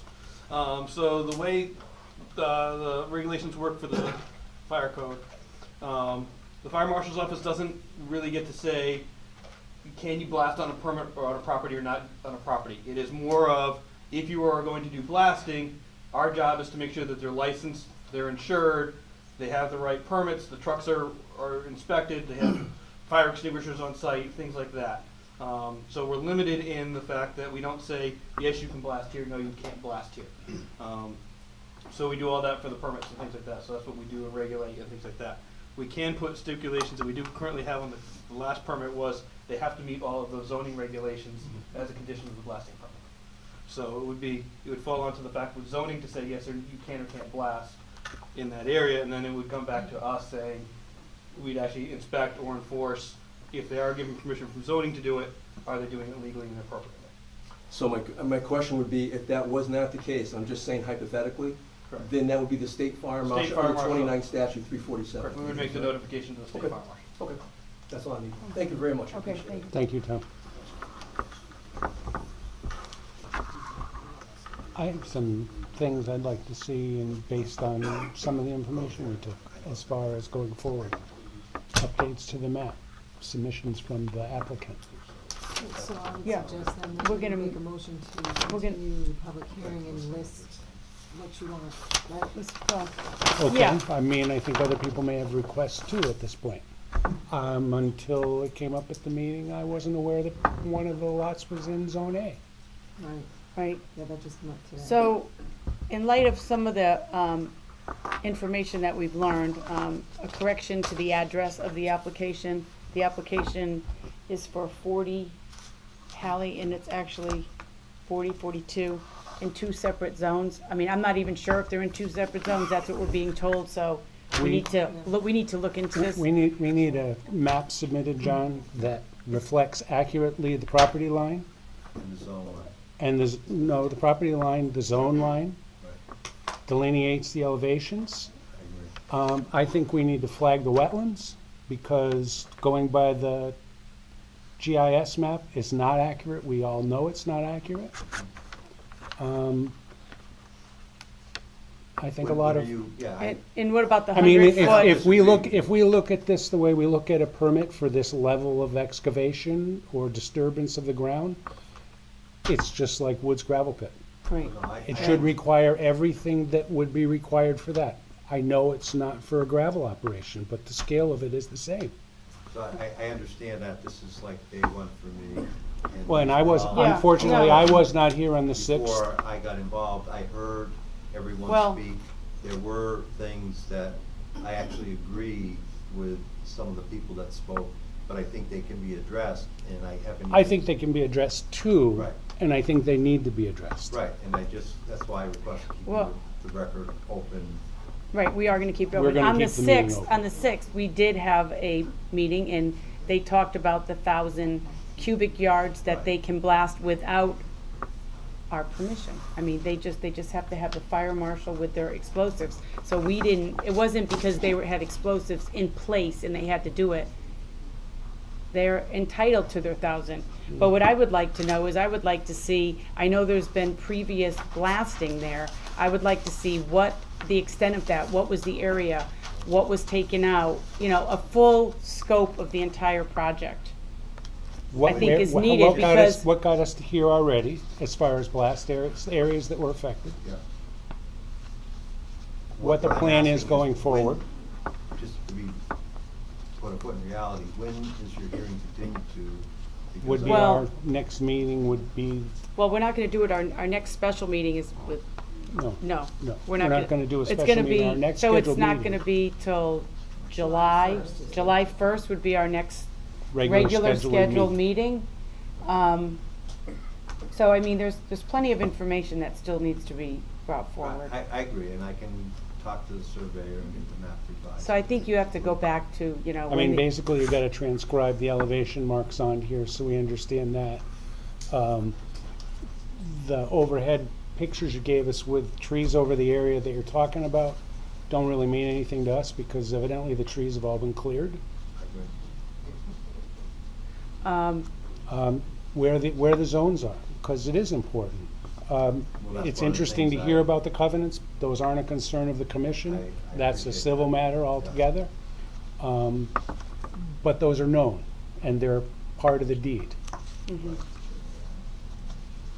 So that's for the homeowners That's to, not- That's not a concern of the for us. commission, but they do exist.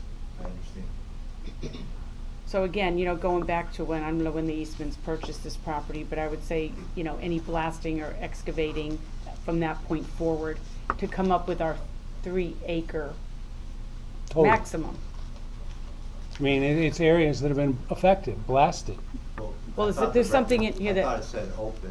I mean, so my experience is with gravel permits, and you can't leave an area open which But means this- exposed. Yeah, but this Right. isn't a gravel That- permit, that's But this isn't a different. gravel operation, other than the fact that it's involving an area similar to an operation. Right, And but what's open- being submitted here is not Nothing what would open. be Right required. now, the only thing open is the. Yeah, I think Joe Right. may have misspoke on that. What? That it doesn't, it's not involving an acre of open excavation of 3 acres or more. Oh, is that what it is? An That's open- what it oh, is. I thought it said it No, couldn't that's what it is. excavate more than 3 acres. No, not in Okay. total. No, I'll- Okay. I'll Open go at through one, the open regulations. area. Yeah, I mean, honestly, we don't come across blasting all that often here. The last time was La Cabana Drive, and that was a long time ago. So it's something that we have to actually look into a little bit further too. And this public hearing is going to be continued, so there will be, we'll be able to continue to take in information. If we closed our public hearing, we wouldn't be able to take in any We information. wouldn't be able to accept any So information. we have to keep this public hearing open, and that would probably be the next continuous would be July 1st. And I think importantly in this formal statement of ultimate, what's the outcome gonna be? What's the reason for all this? Yeah.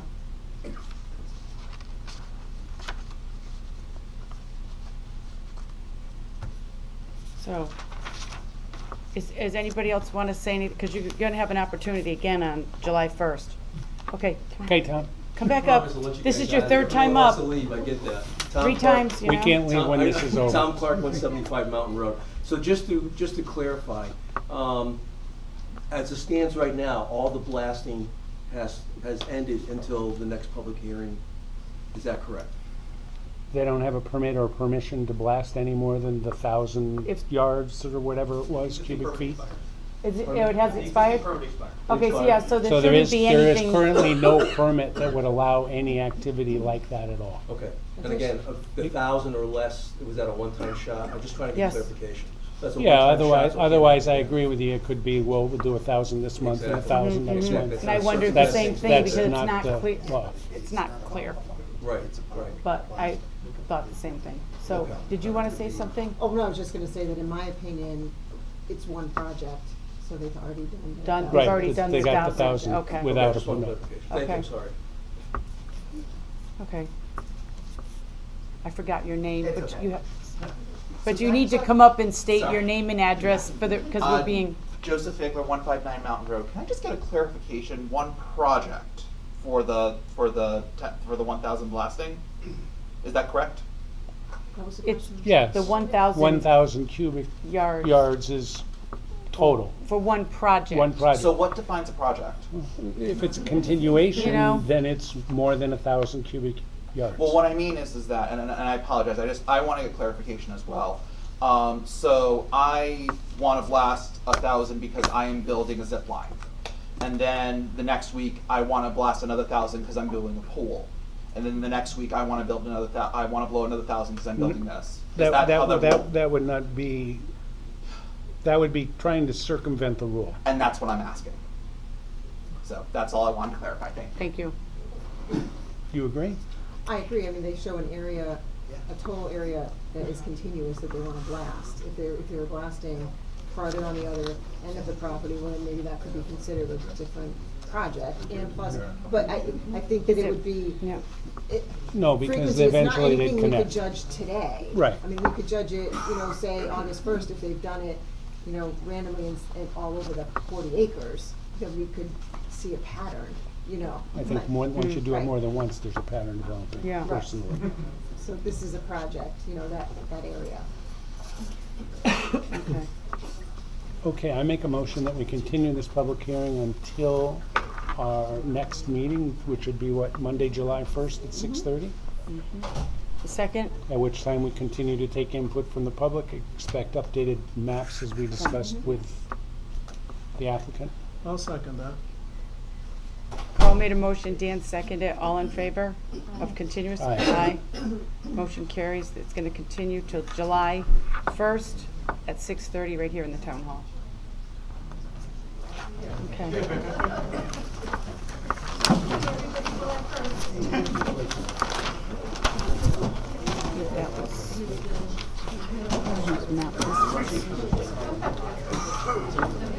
This must have been, I think this is, I got over my angst after that. Sorry. That first half hour. You got a what? After that first half hour, I was wasted. That was so anxious. Well, whatever. It wasn't us. So, For a change. okay. Oh, excuse me, we're still conducting our meeting, so if you want to talk, you're gonna have to take it outside. We'll leave that. Okay. You're gonna take the easel? That was my easel. It was? You said it was. That's right, it was. I'll get it tomorrow. No, it's your easel, Josh. Yeah, I'll get it tomorrow. Yeah. It'll probably be right there. If it's not, well, Watch it. 24-hour rule. Okay, so moving right along here. Okay, so we're moving on to, well, Do we want to make a motion to well, add? tape. You want to do that Oh. right now? Oh, let's continue Or with do you our. want to continue on with Yeah, the, I want to continue on, to number 3, which is old business discussion decision table? tabled. Bay State blasting is tabled, 40 Holly Lane, until our next meeting on July 1st. Leave the outside, door to leave the shut. door open. Yeah, leave the door. Okay, do we have any staff and commission reports? I did attach a staff report. Yeah, I saw that. Is there anything we need to discuss on that? No, it's just mentioning some Issues. recent things that are going on. Yeah. Nothing major. Can't remember, I thought there was. Oh, where's the tall grass weeds? Yeah, tall. Is one of the Plain- properties across the street on the corner of Springfield Road and 190? Is it my backyard that's so wet? Springfield and 190, I don't think so. It should be. That's another one? I'll Yeah, look into and I it. know there's a couple of buildings on 190 in Somersville that look like they fall under that now that the grass could be baled. Yeah, okay. I'll check into it. I haven't really been able to get out I noticed the one after across summer. the street today. Me too, when I went over It's on like- my dinner. Yeah, oh, the old, Penny Penny? the Henny, well, Whoa, the bank. Bank of America, whatever, yeah. Yeah. Yeah. The one by school, we can't say nothing. What? We're talking about tall grass. Tall grass. On properties not being maintained. Sokol coming to, Oh, that one got mowed. okay, it wasn't there. Oh, on the corner, looking south? Yeah, it wasn't when you were coming across it. No, it is now. And the junk cars are gone too. Oh, Sokol to 9th District. No, I wasn't thinking that. I was thinking 190 190 and Sokol Sokol with the fencing. Yeah. Yeah, I'll take a that, drive around of these things and see. Okay. It was bad last week. coming Yeah, across. take Yeah. on your lunch someday. Yeah. so cease and desist at Turnpike Road.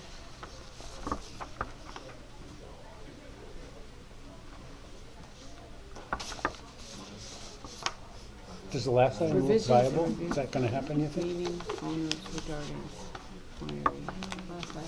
On your list? meeting Report? owners regarding Worthington possible winery at Worthington Pond. Oh, yeah. I mean, I heard it was rumored, but then I saw No, if they it's talk to you listed. guys. No, they Yeah. talked to us once, right? Yeah. But They're it's waiting for listed. the regulations. It's listed for sale. It is. Still, it has Yeah. been. Oh, I didn't know Yeah. it before. I just noticed it think it like has last been. week. Oh, it Okay. has been, but Yeah. it was off and now it's back on Yeah. again. So, okay. Okay. Anything else on the report? Well, maybe we should put this on so So- we can accept it and refer it, right? So yes, we're going to, I'm gonna make a motion that we add to our agenda the application for the renewal of the gravel permit for wood gravel operations on Root Road, Stafford Road, Root Road, and Wood Road. I'll second Dan- that. And And- refer it to planning Excuse for me. comment.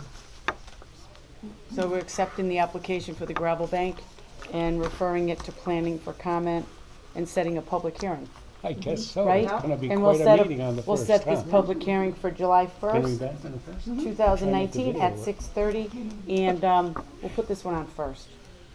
No, Yeah. can't. We gotta finish the other one first.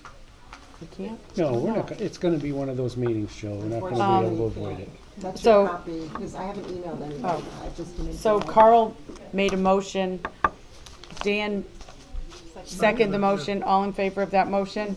And this, Aye. is this our copy? Yes. Okay. Okay, motion carries. Too much paperwork. Woods Gravel Bank will have a, will be on there. Whatever.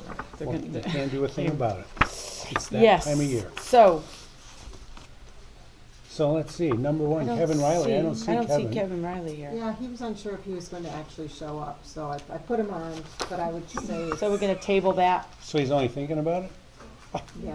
So, Then we have a tea house, I don't know what. so are we tea gonna, house are we is. gonna table Kevin Riley till I, well, Sure. he's not Sure, it's really, early yeah, for tea? it's a little early too. Then we have Nancy Nor reason, To property discuss. at 63 Maple Street to discuss the tea house. Okay, That's the current bed and breakfast. okay. And I think we all need a cup of tea right now. I think we may all need more than a cup of tea. Yeah. Okay, I am Nancy Knorr, 11 Lake Drive here in Somers, Connecticut. I have information for all of you so that you can review as we go along.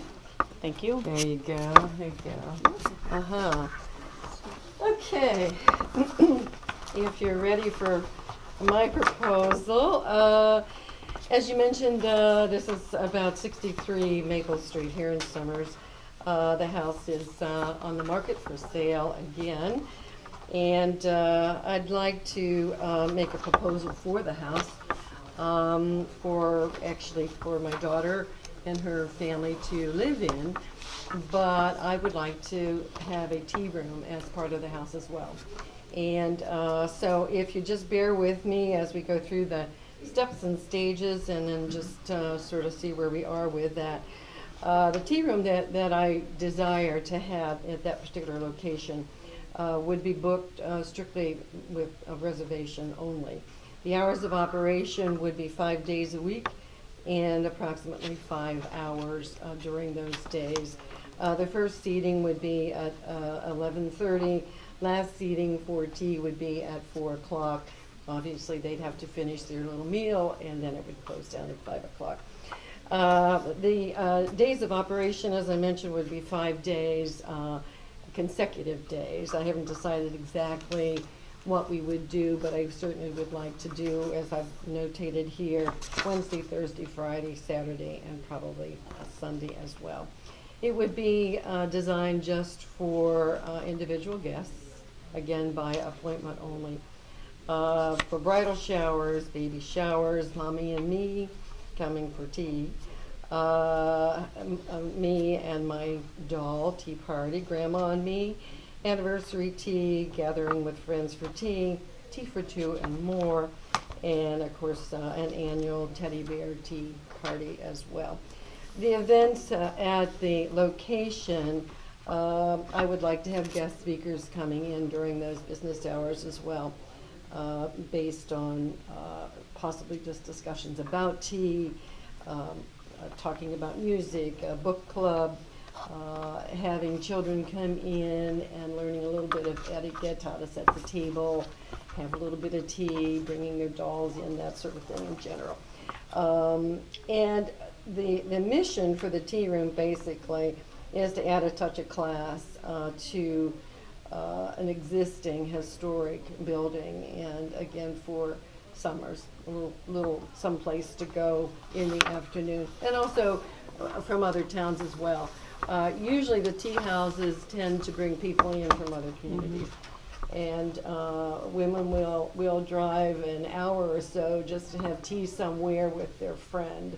And so I just feel that Somers can be a destination place, and particularly this home, because it is one of Somers' prestigious homes. It is a beautiful historic home.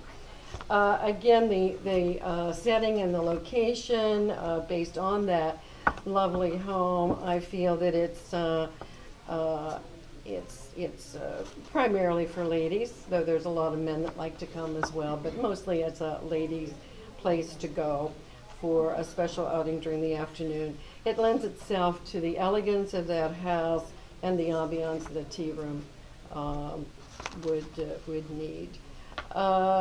As far as the long-term strategic planning on this, I've never done a tea room before. I've been in many of them in my lifetime, given my English background. I am a businesswoman. I've operated businesses for over 40 years. I'm a professional singer, performer. I own trademarks, the Jimmy Dorsey Orchestra, the Pied Pipers, which is a vocal group that's inducted into the Vocal Group Hall of Fame in 2001. I have worked with, traveled extensively. I've worked with contracts, contractual agreements with everything I've done as far as the business is concerned, with corporate major events, performing arts centers, theaters, cruise ships, PBS specials. I've performed for 2 presidents with my career, corporate functions, recordings. Unfortunately, at this time, my business is waning away a bit. The Jimmy Dorsey Orchestra and the music I do is all big band music, music from the 1940s, and losing my audience a little bit.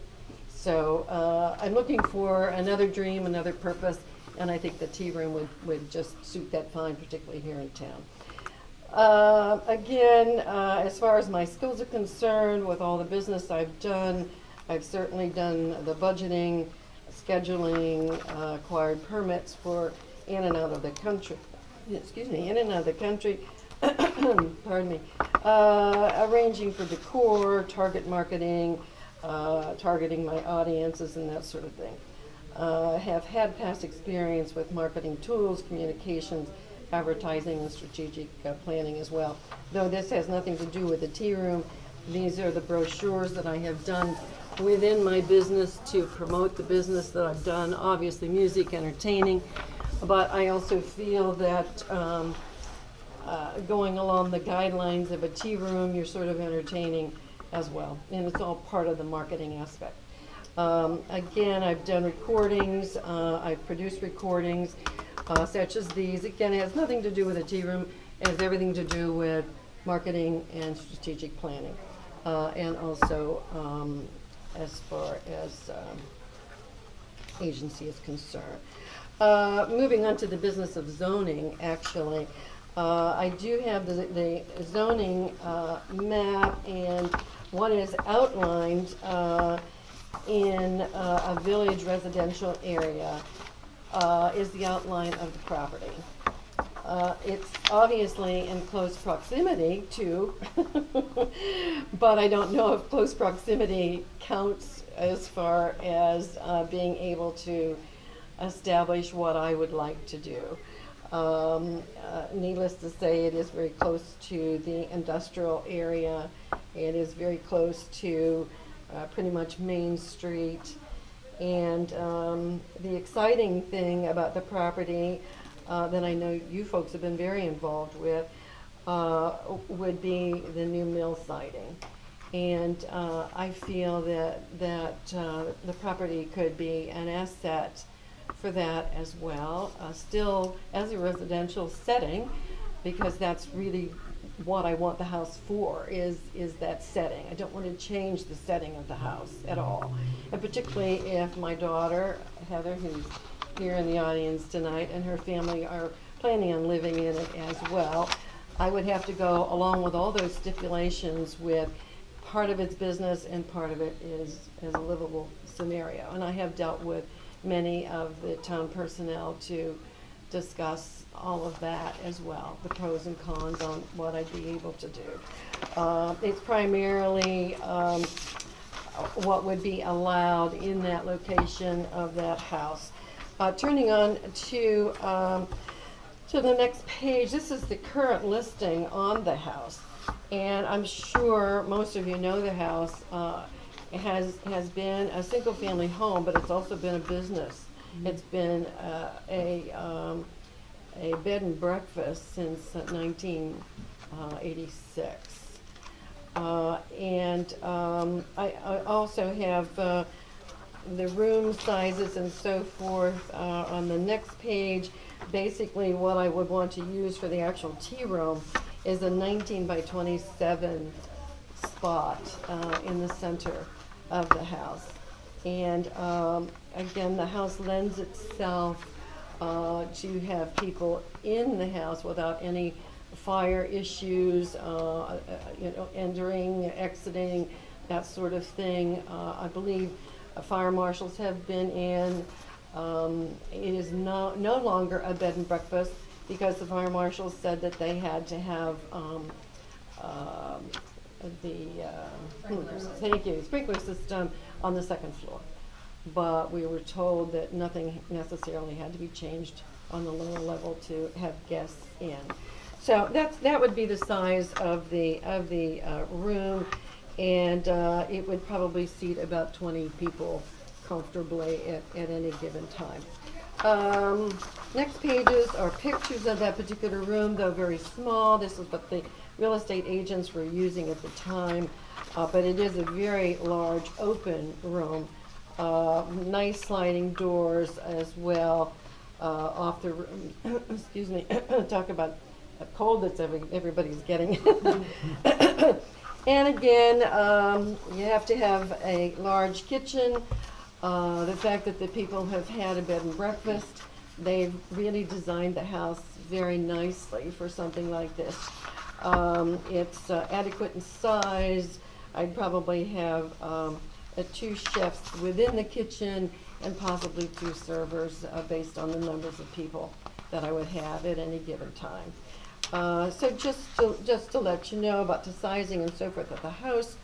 Again, there's some very small pictures of the kitchen area as well. Now this sort of pertains to more your category, the zoning, that next page, an aerial view of the house.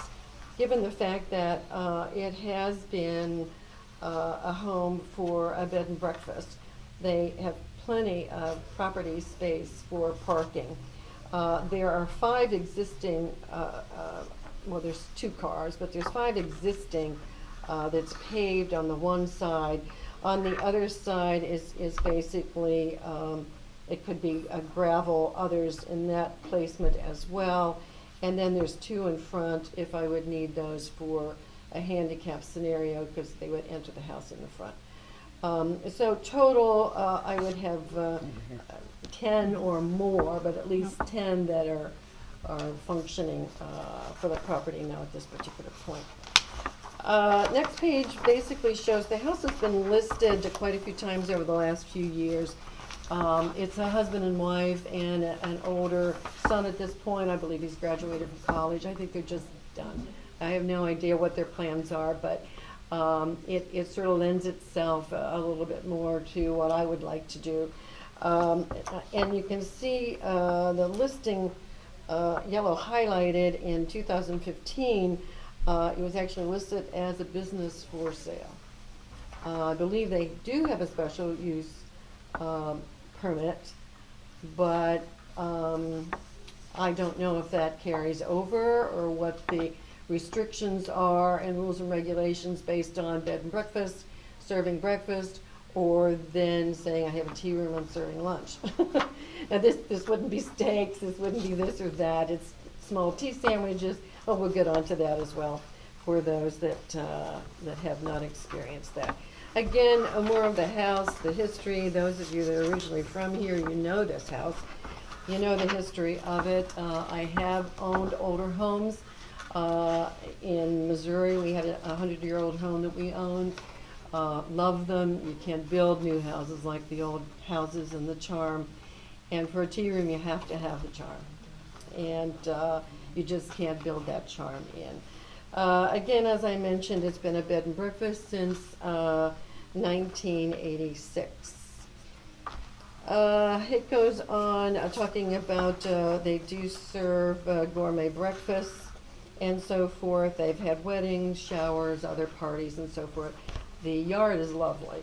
It certainly would lend itself to something like that, even a garden tour or whatever the garden clubs do, that sort of thing would be nice. Moving on to what they're calling their menu or their breakfast page, just glancing over that, obviously they would make anything their clients would like to have. Bacon, eggs, ham, whatever, frittatas, pancakes. it actually sounds a little bit more elaborate than what I was considering for, for tea. But, you know, this has been part of what has already been going on in the house. And these pages that we're looking at right now is from their website, obviously. Mhm. And again, showing the special use that they have. Moving on, again, we're all aware and excited about the potential there at the mill siding.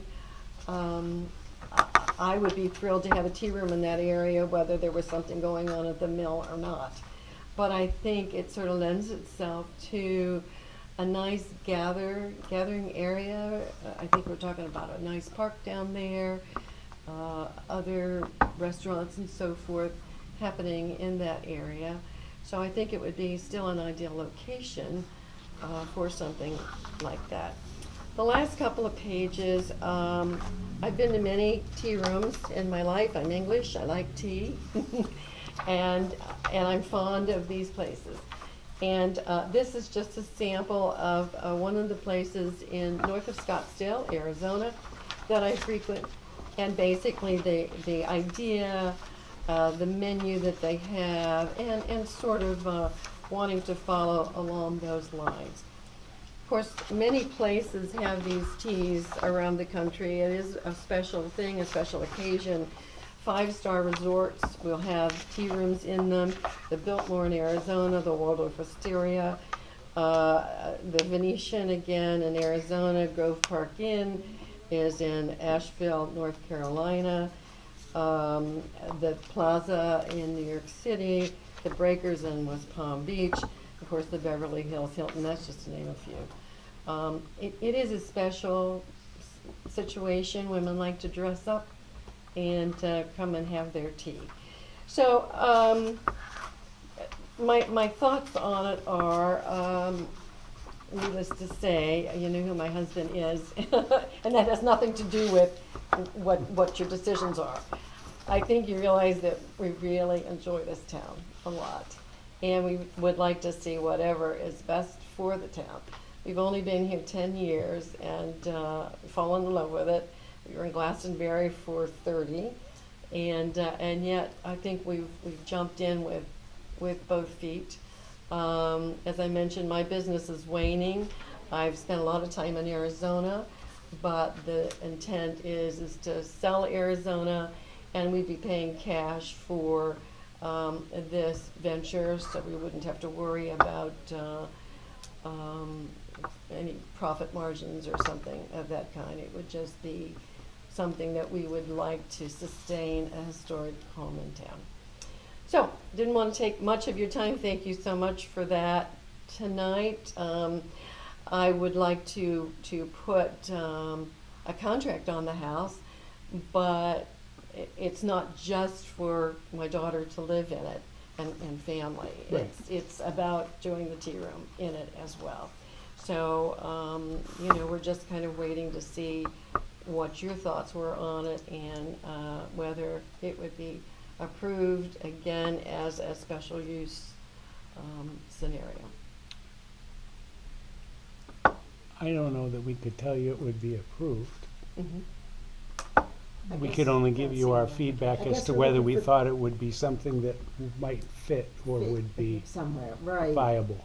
Right, fit, meaning it's not specifically a restaurant. Right, it's not a restaurant, it's not a bed and specifically a breakfast. So, It's, you're not proposing anything that's a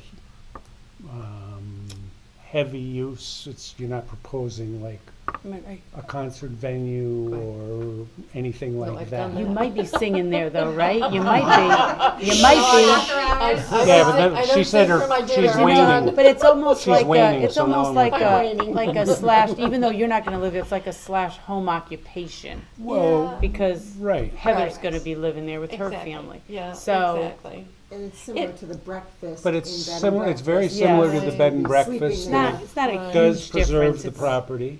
It's Yeah. It's not an intensive use. Mm-hmm. Won't be a lot of cars. You're talking about crowds of 20 or 20 so, people. Yeah. occasionally And more. it would And be then- strictly by appointment only. Yeah. So I would know in advance as well. It wouldn't be somebody coming up and that sort of thing, I mean, the kinds of things you would need to come back with if you're gonna make an application for a special use permit would be a real layout showing the other areas you may have that could be used for parking if needed. Mhm.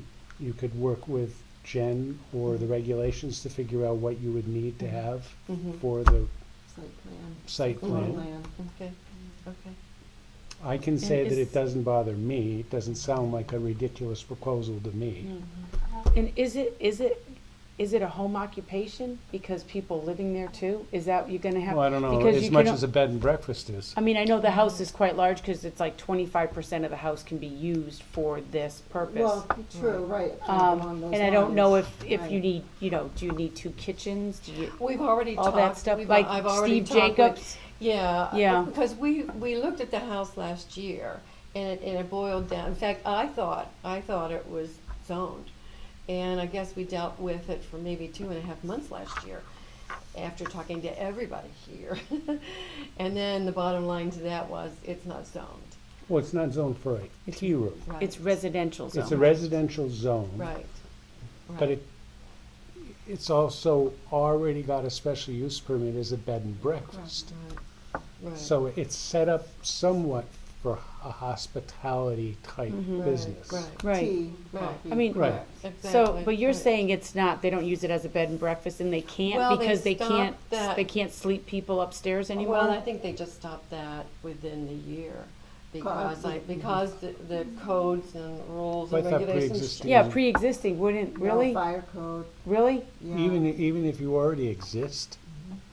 Wow, that Yeah. sounds Right. a little harsh, but. And I think that number was about 20,000 to do that, and Yeah. yet we were told that, obviously we could have family and our friends Oh, stay, you but can it's live not in a it. bed Right, and yeah. breakfast anymore. Because you don't have, it's not required to have it in In a fact, house. there was just recently a contract on the house that, that ended up falling through, but it was gonna be a foster home. And that was a bit upsetting because Well, it you wouldn't- always worry about the posterity of the home and the integrity of the home as well. That particularly something that's, a special place in town, so. But again, as far as fire codes are concerned, even though these children aren't theirs, they didn't need to have, No, because assistance with that. Yeah. it's not like a, It's just a it's not a res- bed and resident, breakfast. It's just a another- residential home. Right, exactly. We're not taking I think- comments from and- the audience, sorry. And then, and then the use, the current, well, if it was a bed Yeah. and, if it was a bed and breakfast, they have 5 spots. I don't know how many rooms they rented out. Let's say they rented out 4 rooms, they maybe had 8 people at a time. You'd be looking at like 20, up to 20 people at one time. So you'd have a higher traffic, but less frequent probably than someone staying for like a not whole overnight. weekend. They're gonna come for an hour or Yeah. two, an hour or two, and then they're gonna leave. I mean, I would Exactly, frequent right. a place like this. My daughter would love it. I know. I think there's It's one so over much in fun. Ellington. There's a Do you little one want over in comments from the Ellington. audience? Do you want to let Kathy make a comment? Kathy My Devlin? audience left. I've never used to use performed. the place when My I was audience a way before I got breakfast. on was a stage. division manager, and it was easier to put them in my town than send them to Right. Marriott. I don't think they had more than 3 bedrooms. but- No. Okay. Not that we're used for that, no. And Yeah. the other use is, I used to go there when, at Christmas time, there's always a Christmas tea there. at the big room. I would like. So I to know it's been like a tea Right. room or such. Yeah. And the fact that this is unique and different is gonna bring other people in. And when we Mhm. think about economic development, Yeah. all these Right. different I know. changes can just make an attraction. But we're not economic development. No, but we're the zoning board, and I think what you would do is, like Carl was saying, you work with the front office on things, and I think it's a special use permit.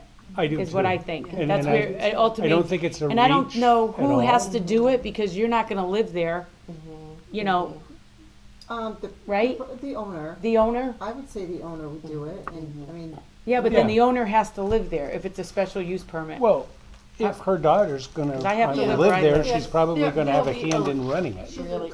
She's, She may look be at a her, she looks like a co-owner, tea right? maker to me. She may have. On my summers, you know, when I'm out of school. Oh, you teach, huh? She's my Yeah. right Well, arm. I'm a para at that. Yeah, She's still, in my daughter's school, same my thing. daughter's class. Full disclosure here. Sweet, really. So she's gonna drive down from uptown?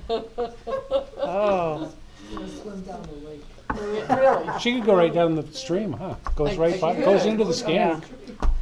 No. Hopefully we'll do polluted. You could go by canoe, cause the lot goes kayak. all the My way over to husband, the who won't river. say who he is, says my idea of swimming is 2 inches of water in the bathtub. but I can't swim. First time he asked me, I said, no way. Well, would you consider? You know what, owner what might be a good occupied, like idea if is someone to were renting? have, It's usually not the way it goes. No? you know. What do you mean? You mean if it was rented out? Usually, yeah. But if she's gonna own it, Make it- if I mean, the it's not person setback, running, but just something has to be changed. Usually the owner has to live in the building. Well, he's good, you know, and he Does does she have to food live in it? inspections. no, she could have a bedroom So upstairs. you're saying, huh? forget it, it's all Instead of right. going to Arizona, she could go to Well, instead Somersville. of going out to Arizona, she can have a bedroom there. They're So, right. you know, she has- She needs to run away, she can go Okay, get the there. kitchen's all right. She's a leave Dodge, she can come to my house. She can Well, I park think a the lot car in the of garage, she won't even know she's police there. have been in and out of the house for Yeah. inspections and so forth. So, Well, good. again, I've talked with quite a Never few know, of them. it's so in now Wynn we have to Dodge, get Line, some line, adjustments. don't go. Don't But cross I the couldn't line. write a contract I know, on it so- until I knew All right, so we're, it was gonna even work, that's Yeah, right. right. okay, so I Well, think, I think if you, Thank you. yeah, so Work- Nancy, work- I think you're well on your way to an application of some sort once you work with the front office to see exactly what the, full scope of it is and exactly how it's gonna, how you're gonna present it to us when you come back, cause you'll be coming back with us, but I think. Okay. Is it gonna be July 1st? well, I mean, if, it could be July 1st to submit the application, Yeah. but it probably wouldn't be a meeting then. Wouldn't that No. be a public hearing then? No, it would, and It it would be- would entail a public hearing though. Right. It would be like we did tonight, we would accept the application, like for the Woods Gravel Bank, refer it to planning, and then come back and have a meeting with a, public hearing. Okay. And so all you your don't know butters this. would be Let's see, that's notified. No, we just Yeah. have to wait on the house for all that then. Well, no, I mean, Well- the thing you could do is you could make an offer contingent upon Subject to. approval. Yeah. Well, we sort of did. We did, but then- We got Pat Clark, she was our real estate agent on it as I well. mean, we wouldn't, there's no way we could give you approval based Well, on. no, no. Right, This was a hearing, it wasn't an approval. right. This was, This isn't even hearing, this let's is just. talk about This it. is just a, we got an Let's idea, chat. yeah. That's okay, I'm This is- not, I'm nowhere near. I mean, it's ready to on the move. record, but it's like, it's Yeah. not really Right. an application before the board, we're just discussing. And we couldn't even tell you, yes, it'll get approved or anything, because we don't know. Right. Because you're gonna have to let your abutters know, and they're gonna get to come in and speak. Okay. I know one about it. So would that be July 1st? No, that Probably would would be not too, be done by, well, I mean. well, then August, we it don't would meet be in a- August. It would be You'd have to have quite a special meeting. If you wanted, Yeah. the You could have a HR being in special, August. yes. Right. I mean, we could probably schedule a meeting Like the middle of after the August, middle of first, July. before the end of July, But you need to do your application but you need to first. get your Okay. application in. Okay. Because And we Jeff have can no talk to you problem about with dates after having that. extra meetings. Actually, we're gonna have one in July We anyway. add meetings on for, More of a working one. pretty easy to work with over here. I hope so. I'd like I'm to get still that away done. July 1st. My aunt had passed away, so we're doing her memorial in Pennsylvania. So I wouldn't be back till the 6th, I think it is. Well, would be, I mean, You I could really still- don't think you you could wanna submit be your here that application. day anyway. There's not Other much, than Actually have timing? to be here for that. no, Okay. you don't have to be there. You've Okay. submitted really a lot of information. You would just submit the application so we can refer it to planning and set a public hearing, and Yeah, then I you mean, would. if you wanna target July 1st to submit your application, I would say go ahead and do that, Prior to July 1st. prior to July 1st. Yes. I can So do that we that can from review you. it for July 1st. Okay. Oh, Send it to planning for an opinion, okay. and we know we're gonna have to have a public hearing, so we could schedule the public hearing. Okay. And then all that would be done. That all works. Game plan. All righty. 'Cause I Well, you think- have all your paperwork, so Yep. at least you can review. If you want some of this paperwork, you can. Did you have an extra one? I'll I know. label it for Lucas. Here, take this. Yeah, okay. Oh, I do have an extra. Why am I coming back? Yeah, I had it, because I didn't know she's how got many. it. Here, Okay, here just you so go. he has it to look at. I had We these have an plans extra. of tea? I didn't give- know. All the recipes are in there, huh? He's not here, but I can give it to him so he Okay. can look at it for the next time. All right, so we're just gonna move on to our meeting. Oh, yeah. So thank you, Please Nancy. do. Oh, thank you so much. We have to do minutes Yeah, 'cause approval we're- Yeah, it's for, been a late we're night not done. for you. yeah, it's a late night. Well, thank you for your Oh, time, I I'm going- appreciate I gotta that. get a ride home. We're taking her home.